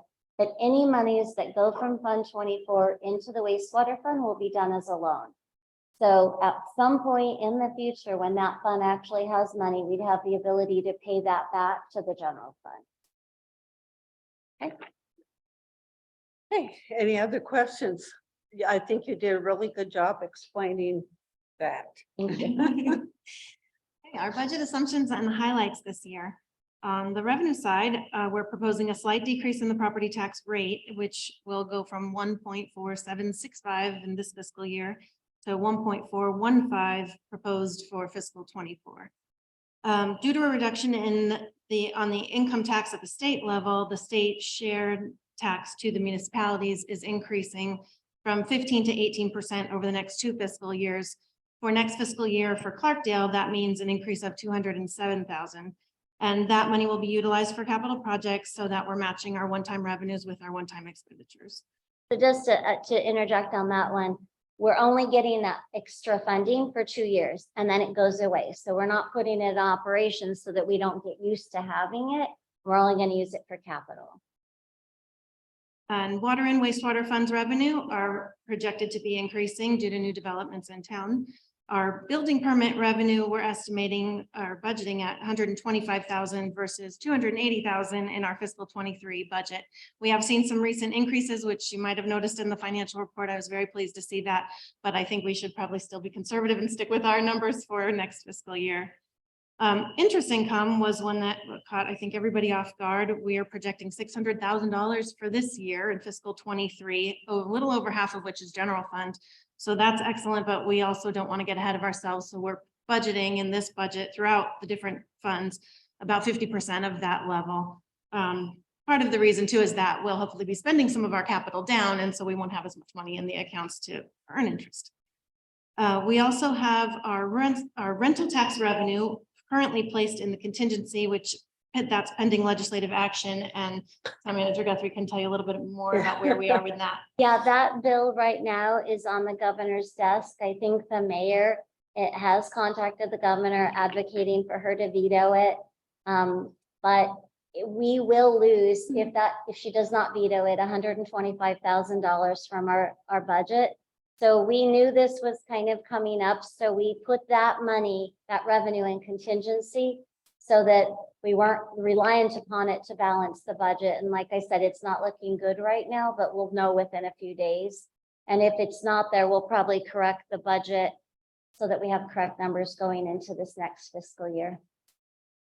This is a bill that in fact already had gone through the legislature, had gone to the governor, and the governor had vetoed it. They found a way to bring it back through the legislature again. And I don't know if that was part of the budget discussions or why it made it back on their agenda.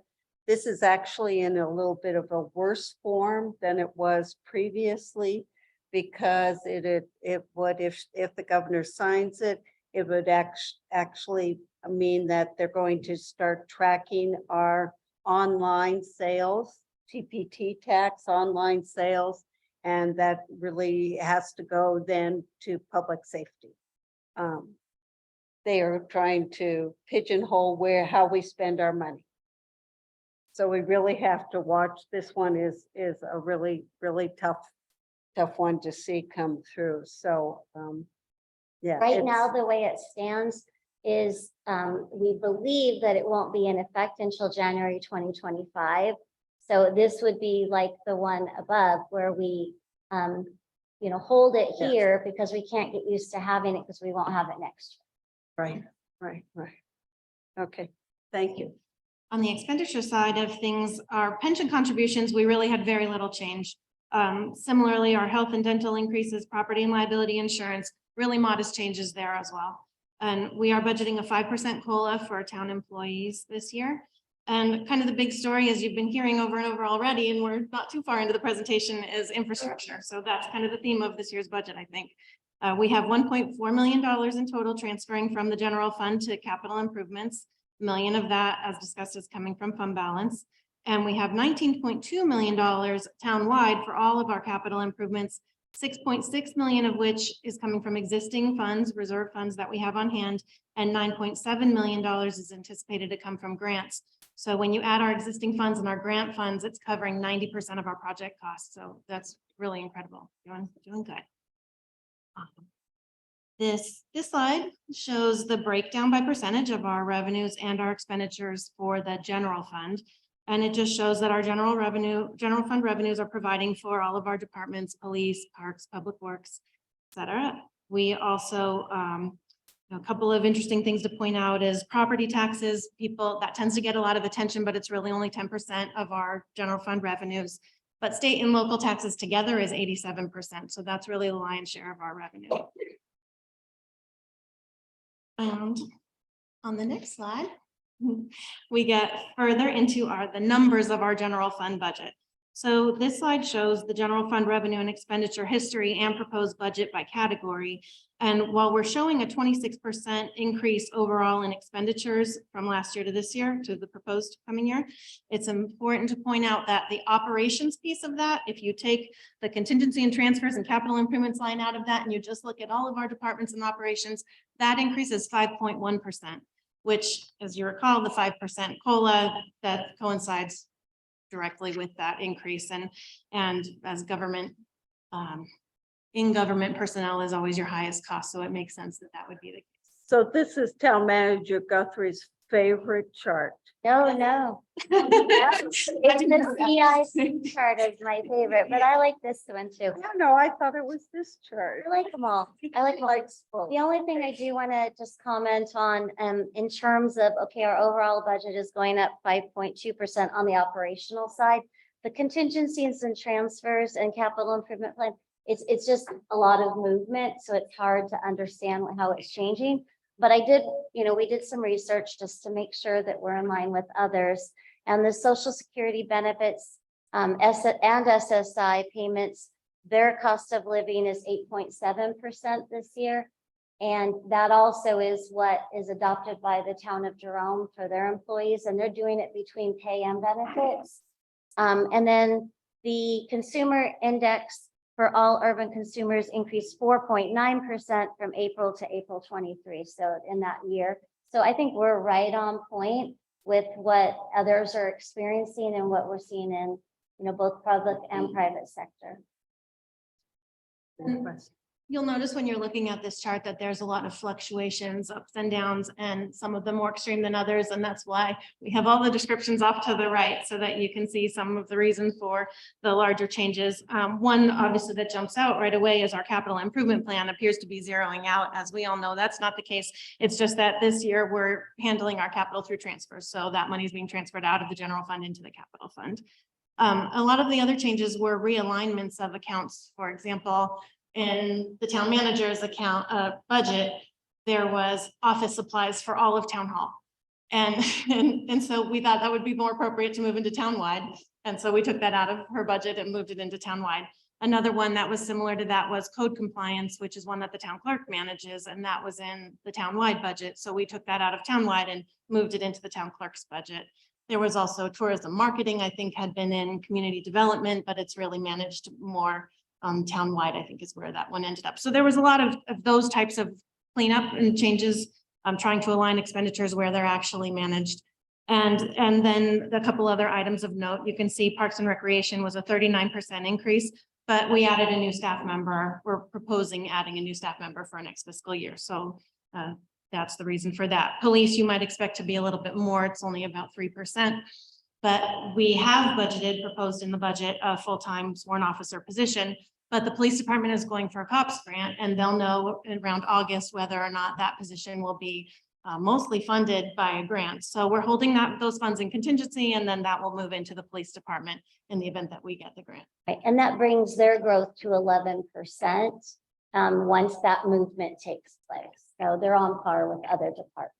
We just don't want anybody to think that we don't like them or something.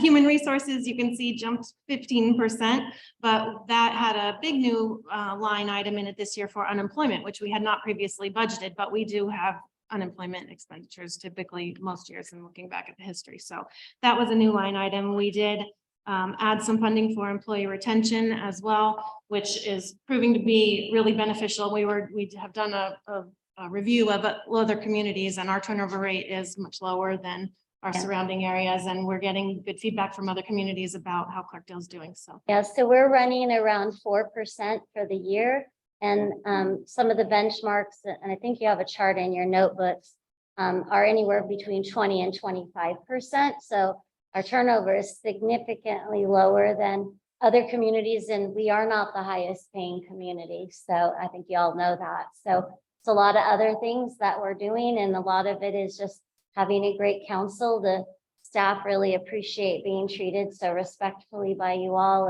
and being supported by you. So they want to work for an organization like that. is there anything else you'd like to highlight on this one before we move on? Any questions for Julie from anybody up here? Any questions? Next is property tax revenue. And I put in the calculation just so that you can see how we get to the bottom line. It's a little bit late in the evening. I'm not going to walk you through the whole calculation, but my door is open for anybody in the public or council at any time. If you want to dive into that one, we can. But as I stated before, the property tax revenue represents 10% of the overall budget. Just for perspective, it's less than half of our police department's budget. So, and we are proposing a decrease in the rate, slight decrease, but that will generate $19,000 of additional revenue to the town. And that's just because of new construction. And here we have a 3-year look at the general fund revenue sources. And as you can see, the largest revenue source by far is the local sales tax. And so the next slide breaks out what the components of the local sales tax are. And the local sales taxes in Clarkdale come primarily from construction and retail, followed by utilities and amusements. And amusements would be things like the kayak companies and the Verde Canyon Railroad. Residential rental is also shown here about just to the right of the middle. And that's our 125,000 we've been talking about, which could go away. There's a couple of components of construction you see there that are both very high income sources for the town. And one is spec houses, those like Mountain Gate, Mandalay Bay is doing. And then the prime contracting is construction, is your Yavapai Fence Company, your raw materials and for constructions.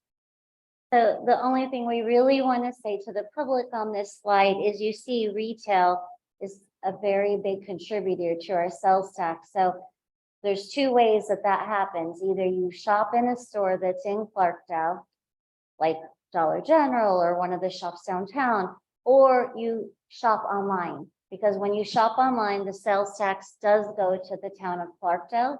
And that's really an important component for us. So we always say, shop very, very local or shop online, one or the other.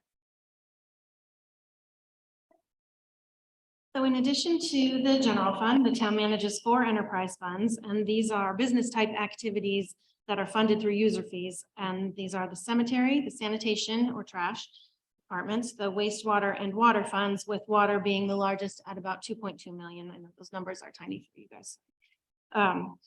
And this slide shows the operating revenues without any transfers or use of fund balance. And that way we can just have an apples to apples comparison year over year.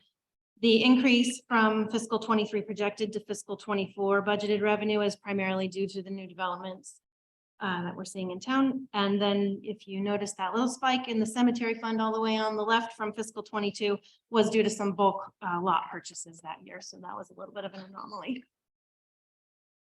And here we see the expenditure side of the house. So again, these figures are shown without transfers, contingency, or capital, so that we can just see the change in operating expenditures. The most notable increase here is the water fund, and to a lesser extent, the wastewater fund. And that's from fiscal 23 projections to fiscal 24 budgeted expenditures. This is primarily due to position vacancies within the town. So the town had hired 2 new employees about mid-year and is budgeting to add 1 more position next fiscal year. And then the director position has been vacant for some time. Yeah, so you're comparing actuals to a budget. So if you look budget to budget, the difference is not as much. It's really pretty much one position. So we've spoken about the general fund and the enterprise funds of the town, but in addition to these 5 funds, the town also administers and tracks grant funds, HERF money, which is the highway user revenue fund money, the streets, we have capital projects fund, we have donation funds, and there's quite a few little grant funds and those restricted funds that we want to be able to track separately. So in all those, there are 18 funds that the town is managing for a total of $40.5 million. And Town Manager Guthrie is going to go through some of our capital projects. So this is my favorite. So I think Julie said earlier that we actually have 48 capital projects in the plan for this year, which is significant. And I can tell you, I really want to do a big shout out to Ruth and Virginia. Yeah, they're both here. They have really stepped up with us not having a public works director. And we're probably going to get you our updated project matrix that tracks the strategic plan goals probably next week. And the progress is really amazing. So I want to do a big shout out to them and for all the help they've done and stepping in when we don't have that position filled right now. So you can see that several of the first items are really related to these historic buildings. You see building rehab and improvements, 35,000. You see PD building rehab and improvements, 106,000. The Clark Building North Soffit rebuild for 45,000. Public Works building windows and roof for 200,000. I think I've shared with all of you that if you go over there during a rainstorm, water is literally coming in through the windows. So not good for the buildings. We need to get them fixed. We're gonna refinish the auditorium floor for 35,000. And Ruth has actually found a really good team to come in and do the historic building assessment. So they'll look at the entire campus and assess it for what repairs and improvements need to happen to preserve these buildings. That'll set us up for applying for a grant because that's going to be significant money. We did apply for a grant this last year just to replace the windows in the Clark buildings. And it was $486,000 just to replace windows. So you can imagine what it's going to be to do the other repairs. So in terms of grant writing, we've had some good successes, and that's where we'll be putting our efforts because it will be millions. Let's see. I'm going to skip down a little bit more. We're going to finish the historic preservation ordinance. Selma Mangini Park improvements, that total for all of that this fiscal year is estimated at $2.5 million. And of that, about 1.5 is grants. And it actually was the Heritage Grant that we received that was referenced earlier this evening. So we have a lot of familiarity with applying for that grant very successfully. But again, we focused on these big numbers and getting that grant. We again budgeted for the town park gazebo improvements, so that project could be finished. We have, I'm gonna jump down, finishing our trails planning and development, 72,000. The Caballero Park project is right now we have it budgeted at 431,000. We think Joni's gonna bring that in way under budget, but we do have that. And again, that's funded through CDBG grants for $351,000. And another grant for $18,000. And then we do have out of the general fund, Fund 24, 61,000, and that's really for overages. We don't anticipate that, but they're there. I'm going to jump down to Broadway Overlay Phase 2. We have budgeted almost $1 million in the HERF fund that we've been saving up for that project, but we'll also be receiving about $600,000 of that roughly. Virginia, correct me if I'm wrong. About $660,000 of that is a HERF exchange grant, so that's not money out of our pocket. Pavement management, 10,000. We're going to budget a total of 20,000 for that. The Bitter Creek Bridge, we have budgeted $7.138 million, and all of that is grant money. We got awarded $6.3 million from the state legislature as an appropriation, and then we were also awarded $807,000 grant, SMART grant through the state as well. So that whole project right now is going to be grant funded. Let's jump down to some small items, but they're really important, like the brush hog attachment, $10,000. 12th and Main low water crossing, 7,000. We're also starting the Broadway overlay Phase 2 project, but we also have some repairs that we want to do to Phase 1. And so we've asked the engineer to look at those. It's mostly drainage related. So we did budget $125,000 to make sure we can get that corrected. Let's go to the next page. I know this is a lot, but these are really important projects.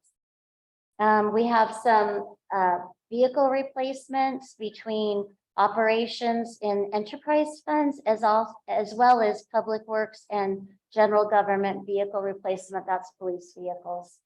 We have SCADA upgrades, really important. This is out of our wastewater fund.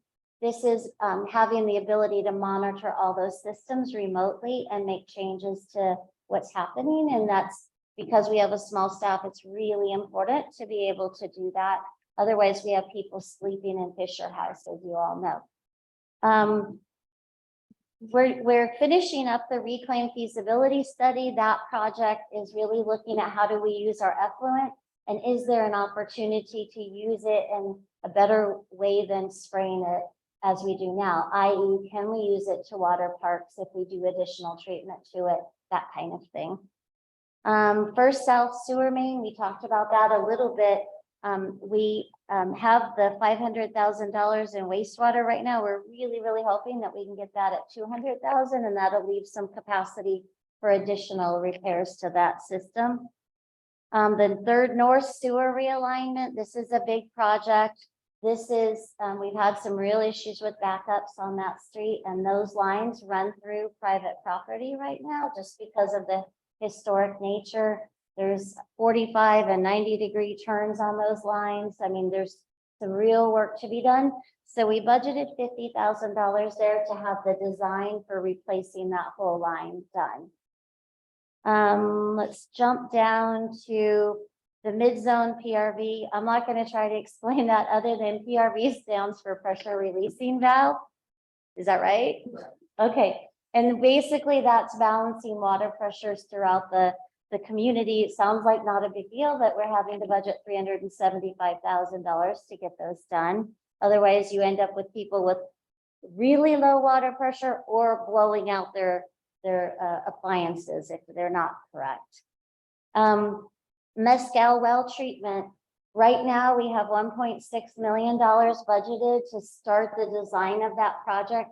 However, you all know that I applied for a $1.2 million federal appropriation for that project, and we're just waiting to hear on that. So this is somewhat of a placeholder for that project. And say a little prayer on that one. The 89A water and sewer improvements, we're at 50% design on that, and that's taking water and sewer all the way through 89A. That we would like to get those plans to 100% so that we can apply for grants or some other funding mechanism to get that work done. So we budgeted $60,000 for that. The EPA lead and copper rule compliance is a new law by the EPA, and it has to do with testing for lead and copper on both the public side and the private side. So it's a very in-depth project. We are actually working with Senator Sinema's office to understand the implications of it. But for now, we did issue an RFQ to hire a company to come in and do that full assessment for us, $300,000. I'm going to jump down to, let's see, what else do we want to talk about? Well 3 reactivation. You know that we've done extensive work this year on identifying alternative water sources just for future planning to make sure we're really taken care of. And we did do some studies on this well and feel it is appropriate for reactivation. So that's $150,000. 89A reservoir rehab, $225,000. If you recall, we have divers coming next week to assess the condition of that reservoir to make sure that we can retop it, the lid that's on that. We've had a recommendation from ADEQ. Texas rears its ugly head every once in a while. So ADEQ has recommended that we replace that. Normally a recommendation changes to a directive, usually within a year or two. So we're trying to get on top of doing that. Haskell Springs tank coating, $200,000 just to recoat the interior of a water tank, but preventative maintenance, that has to happen. The ATP backwash tank and lift station, that project, y'all are very aware of that. That's the backwash tank was severely damaged. We had somebody go into it, film it. I think I've shared that film before. And that project we're kind of right in the middle of it. We've had APS out here doing the plans for all the new electrical, et cetera. But it won't get done this fiscal year, so we have to rebudget for it next fiscal year for $285,000. And I've already talked about that next project. So with all of that, and I skipped a bunch of them, so anybody who's super interested in this, we're happy to share this chart with everybody. But that totals $19.3 million in capital projects for this fiscal year. And you see all the columns are where they're funded out of. Okay. I think it's important to know for those in the audience, this is not the first time we've seen this. We've been in budget work shops, work sessions, at least twice, a couple of meetings. And this is the book we've been working with, is this. So this is a compiled condensed version of it. But just to say, we've been buried in this for several months now to get through this. And I do encourage you all to ask questions of our town manager. You can bring to her and we can answer questions, but it's very comprehensive and raises a lot of big item discussions around water and wastewater particularly. I think that's kind of the focus that we've been showing you, is that we've got a lot of heavy lifts in this area to make sure that we have a safe system that is reliable, hopefully not too many problems for today and the future. So that's what, just to say, this is not our first time. We've been seeing this stuff. And there's a project sheet for every single one of these projects. So if you're interested in a particular project, we can always email that particular project sheet. Absolutely. Now Yes. that we have a couple less bodies in here. Could we turn the air down? I think she's saying she's too cold. Thank you, Jackie. Thank you so much. Okay, are Thank we you. ready to keep moving or? Any more questions on questions CIP? at this point? No? Okay. Thank you. All right, so the next slide is really talking about how are we getting money to reach these goals? And I've mentioned several times grants, so I'm just gonna fly through this because I see people yawning, sorry. Sorry. Two more items. Okay, thank you. Get So hot air in here. these are all the grants we've applied for this year. And it's several pages long, so I'm sorry. And you see the second column is the amount of the grant we applied for. The thumbs up or thumbs down is did we get it or did we not? And also if it's pending, it's pending. So I'm not gonna go through every line, but I know council's familiar with all these because when we apply for a grant, we have to bring that application to council. So they've approved all of these.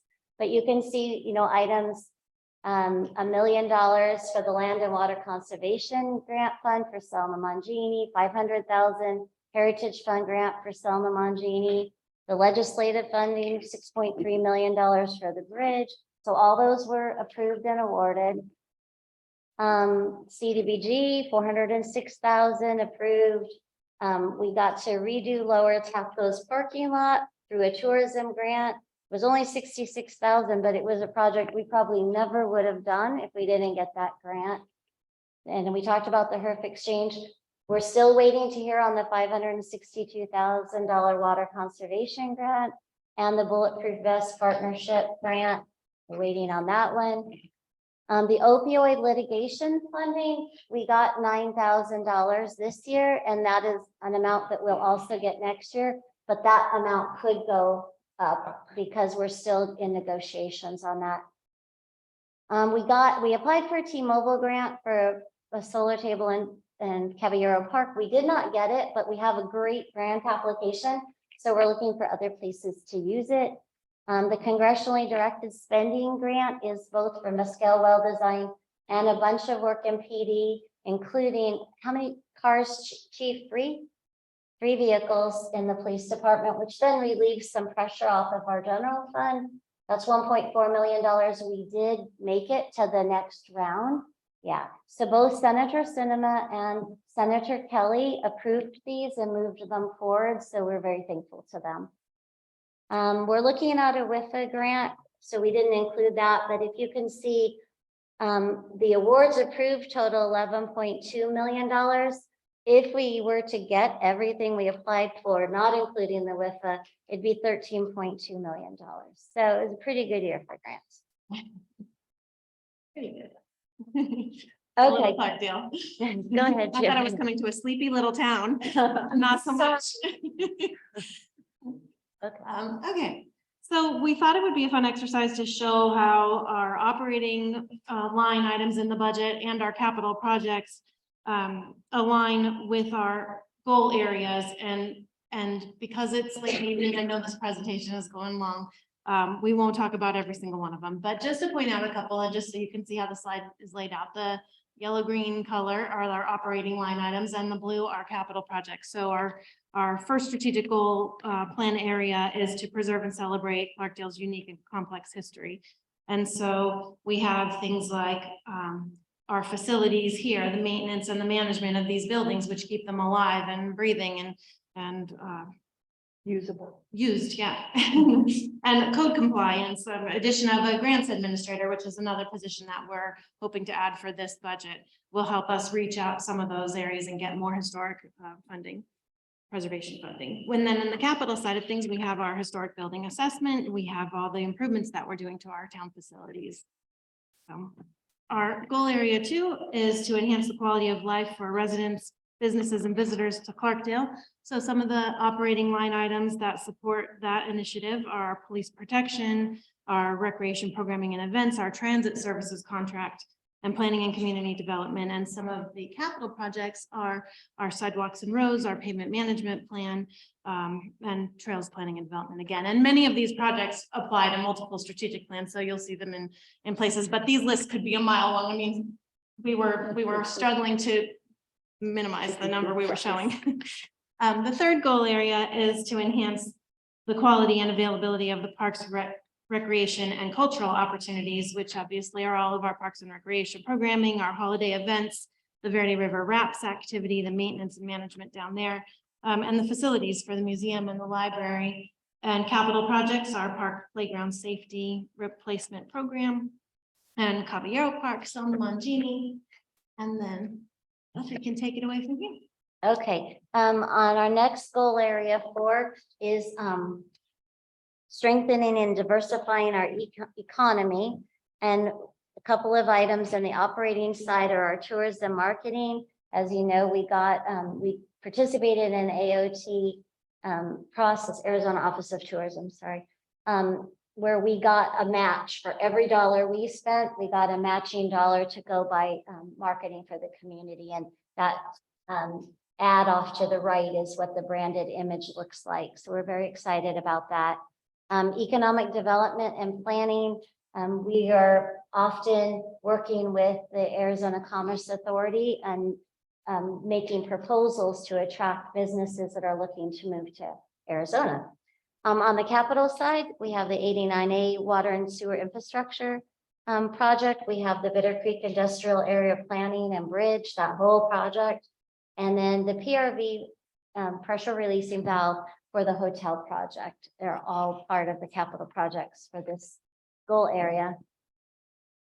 Goal area 5 is maintenance and growth and quality of, maintenance and growth of quality infrastructure that is sustainable and resilient. You know, this is a huge passion of mine, and we need a lot of work, and we're really trying to make headway on this area. From the operating side, we have our new contract with town engineers. So they're really helping us expedite projects, building and grounds maintenance, street and sidewalk repair. On the capital side, I'm going to try to look for ones that we haven't talked about. But I think I've talked about all of these because they're all in the CIP project. So I'm not going to repeat these. Okay, last goal area 6, which is strategically investing in org development and service delivery to attract and retain an exemplary workforce. We are constantly doing salary benchmarking to make sure that we don't fall behind. We don't expect to be the highest paid in the region. We expect we're going to be one of the lower because we're smaller, but we can't allow that gap to get too wide. We need to keep pace. So we're often working on that. We've really done a lot of work this year and are continuing to do work in succession planning. And it's probably one of the things I'm most proud of that we've done is in almost every department, we've identified a succession plan. And then if we didn't, we're working on it for this coming year. So we're excited about that. Employee retention, IT maintenance and upgrades, you know, the risk to the organization, but it's super frustrating for employees when they don't have the tools they need. So that's why it's in this category. And technology enhancements. We're doing a lot in terms of technology to make our jobs easier. And so, you know, Charity implemented the technology to do agendas. Bruce implemented the technology to do online permitting. So those types of things. On the CIP side of that, it's really vehicle replacement and equipment. Okay, and then the very last slide. We just really want to talk about the next actions that are scheduled. June 27th, we will adopt our tentative budget and also the notice of public hearing. The tentative budget sets the maximum budget. We can make changes after that, but only downward, not upward. Okay, July 25th, we'll hold a public hearing and final budget adoption. And then August 8th, we have the ordinance to adopt the tax levy and set the property valuation. So those are our next steps, and all of them have opportunity for public comment, just like tonight. That's it. Any questions? Any questions? Any questions? Yes. I'd just like to thank you guys for taking all of our feedback in previous sessions and making sure that it's really incorporated in here. That was great. Thank you. Absolutely, absolutely. Any questions from the audience? Yes, Ellen, come up to the, I need you on record. Sorry. It's a, My name's Alan Taylor, I live in Parkville. What is succession planning? succession planning is yeah, you can say that. Succession planning is identifying that we have people in place in positions that if our director were to leave or another position, we know who is capable of moving up, whether it's temporarily to keep operations going or permanently. And we have pretty much every department, somebody identified who could step in. But we have a few that we're still trying to identify people, and those are hard and single person departments. For example, charity is a single person department, but hugely important, but it's hard to get somebody trained, because there's not anybody working for her. So those are the kind of outliers that we haven't identified, but we're working on it. So very exciting. Thank you for that question. Any other questions? Yes, Ed, come forward. Ed Lowe's, Clarkville resident, just on the sales, and retail, is there a breakdown difference between brick and mortar and online? Yeah, See that difference? Yeah, can you pull the PowerPoint back up? And I'll, It's very hard to read. Apologies, it's yeah. a lot of information to fit on one slide, But but you'll there is get one the that sense says of remote it. retail and then another one that says retail.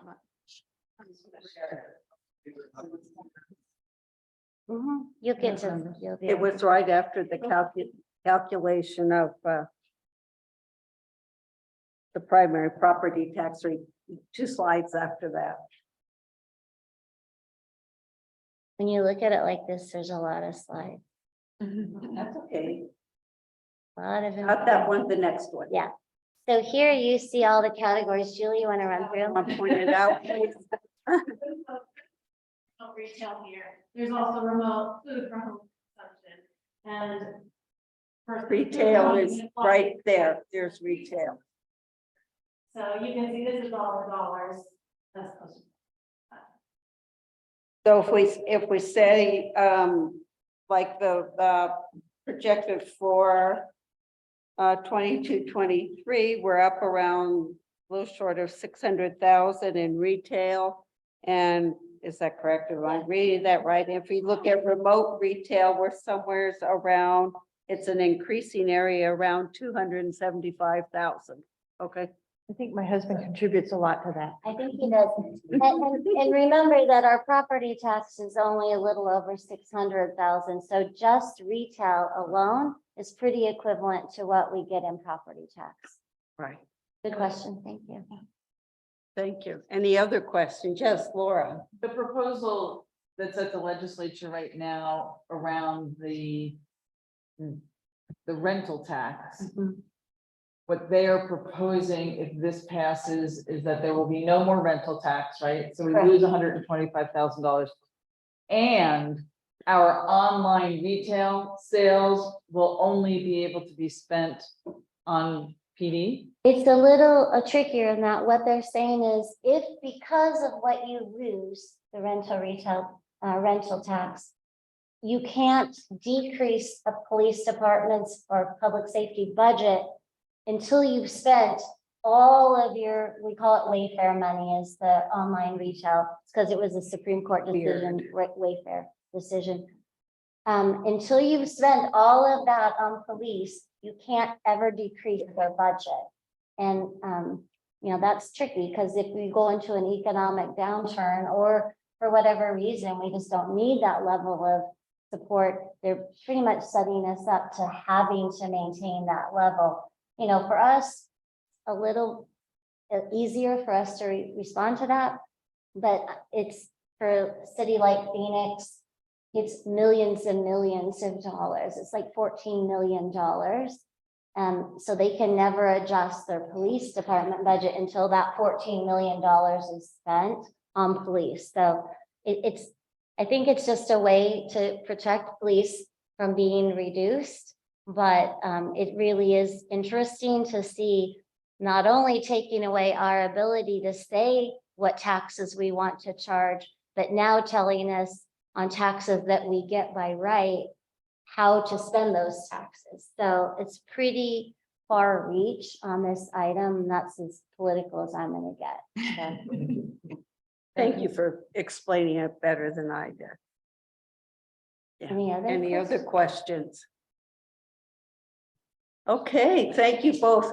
Thank you. That is Thanks, great. Julie. Again, if there's ways we can kind of make sure this is available for people online and promote that it's there so people can ask questions, that would be great to do that.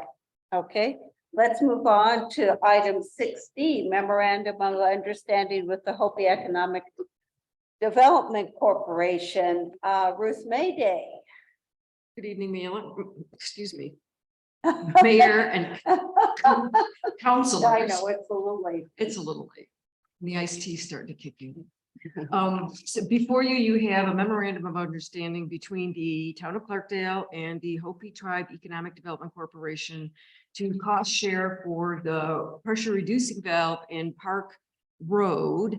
That will be, so the valve will be installed somewhere in Park Road. We have not quite determined that. That's part of the design phase that we're in right now. The pressure reducing valve that's being installed will positively affect all of those properties up Broadway to the town boundary. So the HTEDC asked if there was a cost sharing option, and after some discussion, we agreed to pretty much split the cost evenly. We've gone through because they will have a construction crew on site. We're going to have them do the installation rather than us getting somebody. But ADEQ still has to approve it. We approve all the installations and all the work. We will approve the design.